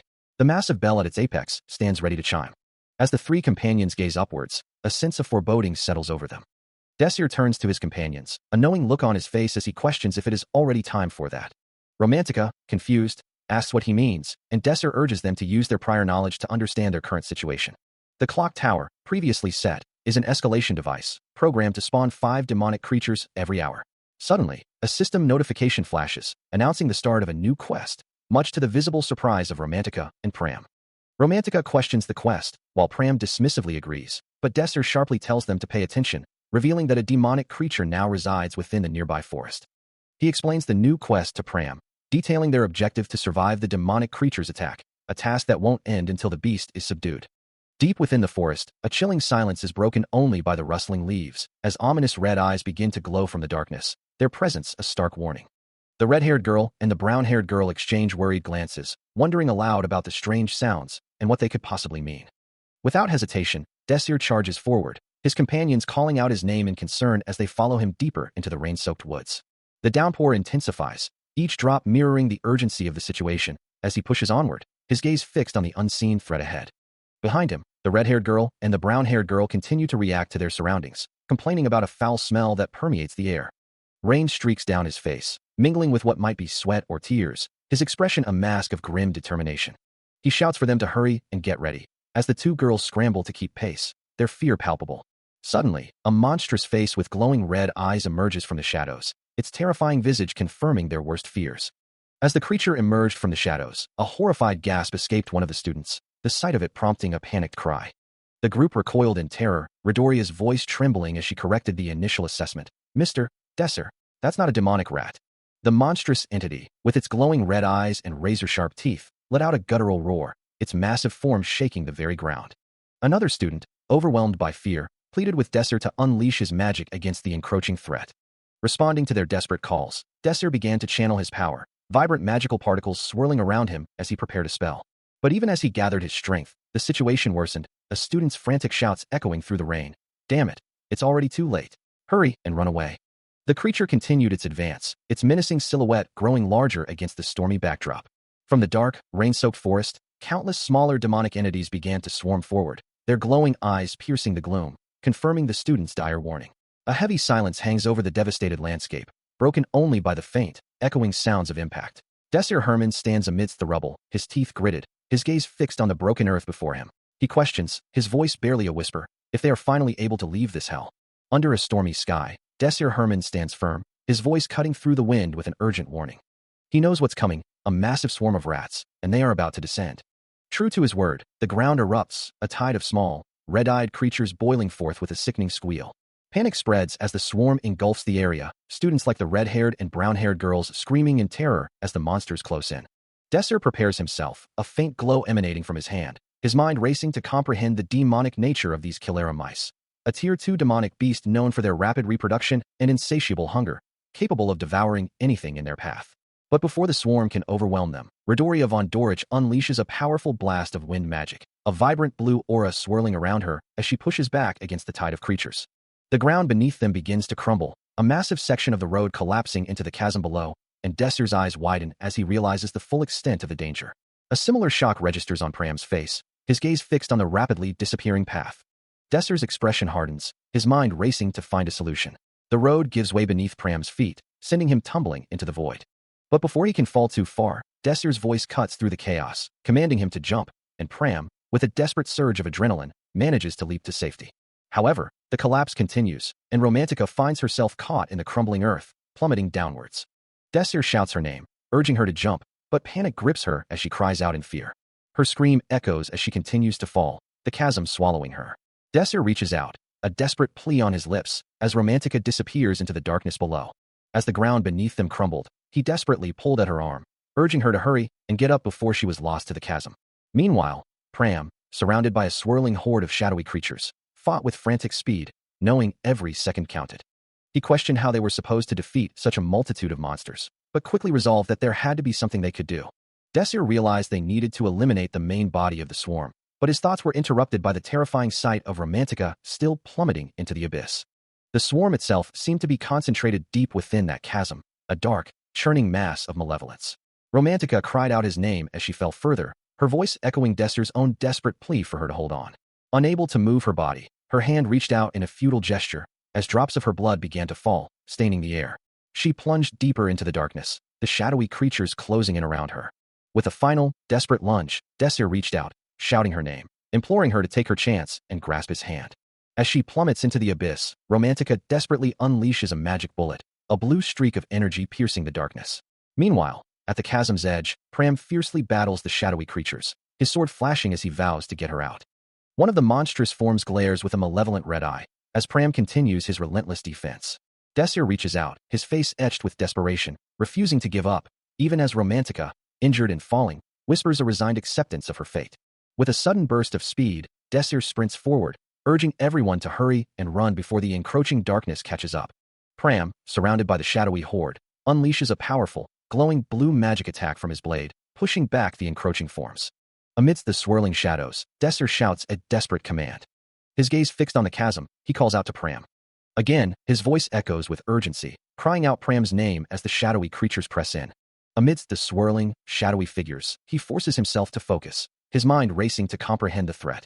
He observes the weakened state of the creatures, realizing they must have been affected by magic. His gaze sharpens, knowing he needs to find the core of their power. Suddenly, a desperate urgency grips him as he sprints forward, his voice cutting through the chaos, calling out for Pram. Meanwhile, Romantica, still caught in her perilous fall, considers using her own magic to locate him, but a warning echoes in her mind. She might inadvertently harm Pram in the process. Back with the protagonist, a surge of frustration or alarm escapes him, a sharp expletive tearing from his lips. Elsewhere, Pram unleashes a brilliant blue energy spear, piercing through the encroaching shadowy horde. He cries out, his sword ablur as he engages the creatures in a fierce close-quarters battle. With practiced precision, he continues to carve a path, his blade slicing through another shadowy form. Having just eliminated the Kildra mouse, a system message confirms the current quest has been completed, leaving Pram standing amidst the desolate, rocky terrain. As he looks down, a voice calls out to him, asking if he's all right, but Pram can only manage a weak, "I don't feel so." Elsewhere, Romantica cries out his name in anguish, her face etched with deep concern. As the dust settles, Pram kneels beside Romantica, his voice filled with worry, asking if she's all right, while Desser looks on, his name called out in concern. He struggles to respond, his expression grim, as Pram calls out to him again, a desperate plea in his voice. Romantica, now sitting up with Pram's support, offers a quiet, "Well?" and Pram responds with a heartfelt, "Thank you, Pram." She then turns to Desir, a look of deep regret on her face, apologizing profusely, and admitting that only he can truly help her. Pram, still supporting Romantica, reassures her with another, "Thank you, Pram," and then, with a slight smile, suggests to Desir that Romantica is just awkward, right? A hand reaches out, a gesture of trust and responsibility. As Desir declares he'll leave Romantica in Pram's care for a bit, to which Pram readily agrees, accepting the task. Desir instructs Pram to lean on the nearby tree, before turning his back and walking away into the falling rain, leaving Pram and Romantica behind. Romantica watches his retreating figure. As Desir continues his solitary walk, he wonders if he's already back, despite having intended to rest. Rest was impossible, he muses, his thoughts consumed by Pram and Romantica. His face, streaked with rain, betrays a deep concern. And his gaze hardens with resolve. He needs to focus. Meanwhile, Romantica observes him from a distance, a growing suspicion forming in her mind. It seems Desir is trying to hide something from them, and she can't understand why he keeps doing that. A worried expression crosses her face as a chilling thought takes hold. What if another party came and attacked? Still reeling from the recent attack, Romantica questions the true nature of their enemy, wondering if they are truly just fodder, as Desir claimed. Pram, ever the optimist, tries to reassure her, but she remains unconvinced, sensing a deeper threat. She recalls Desir's words, his insistence on their safety, yet a nagging doubt persists about his true intentions and the information he might be withholding. The mage's unease grows as she considers the possibility of another attack, a fear that gnaws at her despite Pram's attempts to lighten the mood. Meanwhile, under a relentless downpour, Desir stands before a towering clock, his thoughts consumed by the mission to destroy a critical power source. He murmurs an apology to someone unseen, acknowledging the lateness of his arrival and the burden he carries. Back with her companion, Romantica voices her frustration, believing Desir's secrecy is only making things worse. With a hardened gaze, Desir clenches his fist, his resolve firming as he prepares to face whatever lies ahead. As he walks away into the rain, Romantica and Pram watch him go, a silent plea for him to hurry echoing in the air. In the aftermath of a recent battle, a quiet reflection settles over the group, with the understanding that good often comes from a hard-fought victory. As the rain continues to fall, Romantica looks up, a blue magical aura swirling around her, asking if the others remember the monster they had just faced. To which Pram quickly responds, "Don't remind me," while Romantica adds, "I'm still shaking." Pram then credits Desir for their success, but Romantica, her expression thoughtful, remarks that he is always like that, always doing something behind their backs. She continues, acknowledging his strength as the best among them, yet also the most secretive, prompting a questioning "What?" from Pram. Suddenly, a powerful blue magical force erupts, causing Pram to exclaim, "Oh, what is this?" Nearby, the red-haired student reacts with alarm, crying out, What was that?" as the brown-haired student calmly observes the formation of a barrier. Desir, now facing a massive, shadowy structure, declares, "The shadow is here," and immediately commands, "All tanks go towards the front." Pram, looking back at the group, questions, "Party leader, it seems that aren't joining us anymore?" As the heavy rain continues to fall, Romantica voices her concern, noting that humanitarian aid is still far off, while Pram adds that they will never tolerate anyone who regards their souls as mere tools. Romantica then concludes, "We're in a bad position." She elaborates on their predicament, mentioning the worsening weather and Pram grimly states that the current status of their party members is far from optimal. Romantica recalls the earlier attack, and Pram confirms that their location was discovered, leading to an immediate assault. Desser's eyes glow with a fierce yellow light as he realizes the truth, muttering that no first-year student could possess such a high level of mana control. His expression hardens, wondering just who they have encountered. The iconic Big Ben stands tall against the stormy London sky, the rain still pouring down. Desser stands resolute, looking down at Romantica, who kneels before him, and declares, "All right now." He extends a hand, his gaze unwavering, challenging, "Shall we get started?" With a unified resolve, Desser, Romantica, Pram, and their companions stand ready, their bodies enveloped in vibrant blue magical auras, prepared for the coming fight.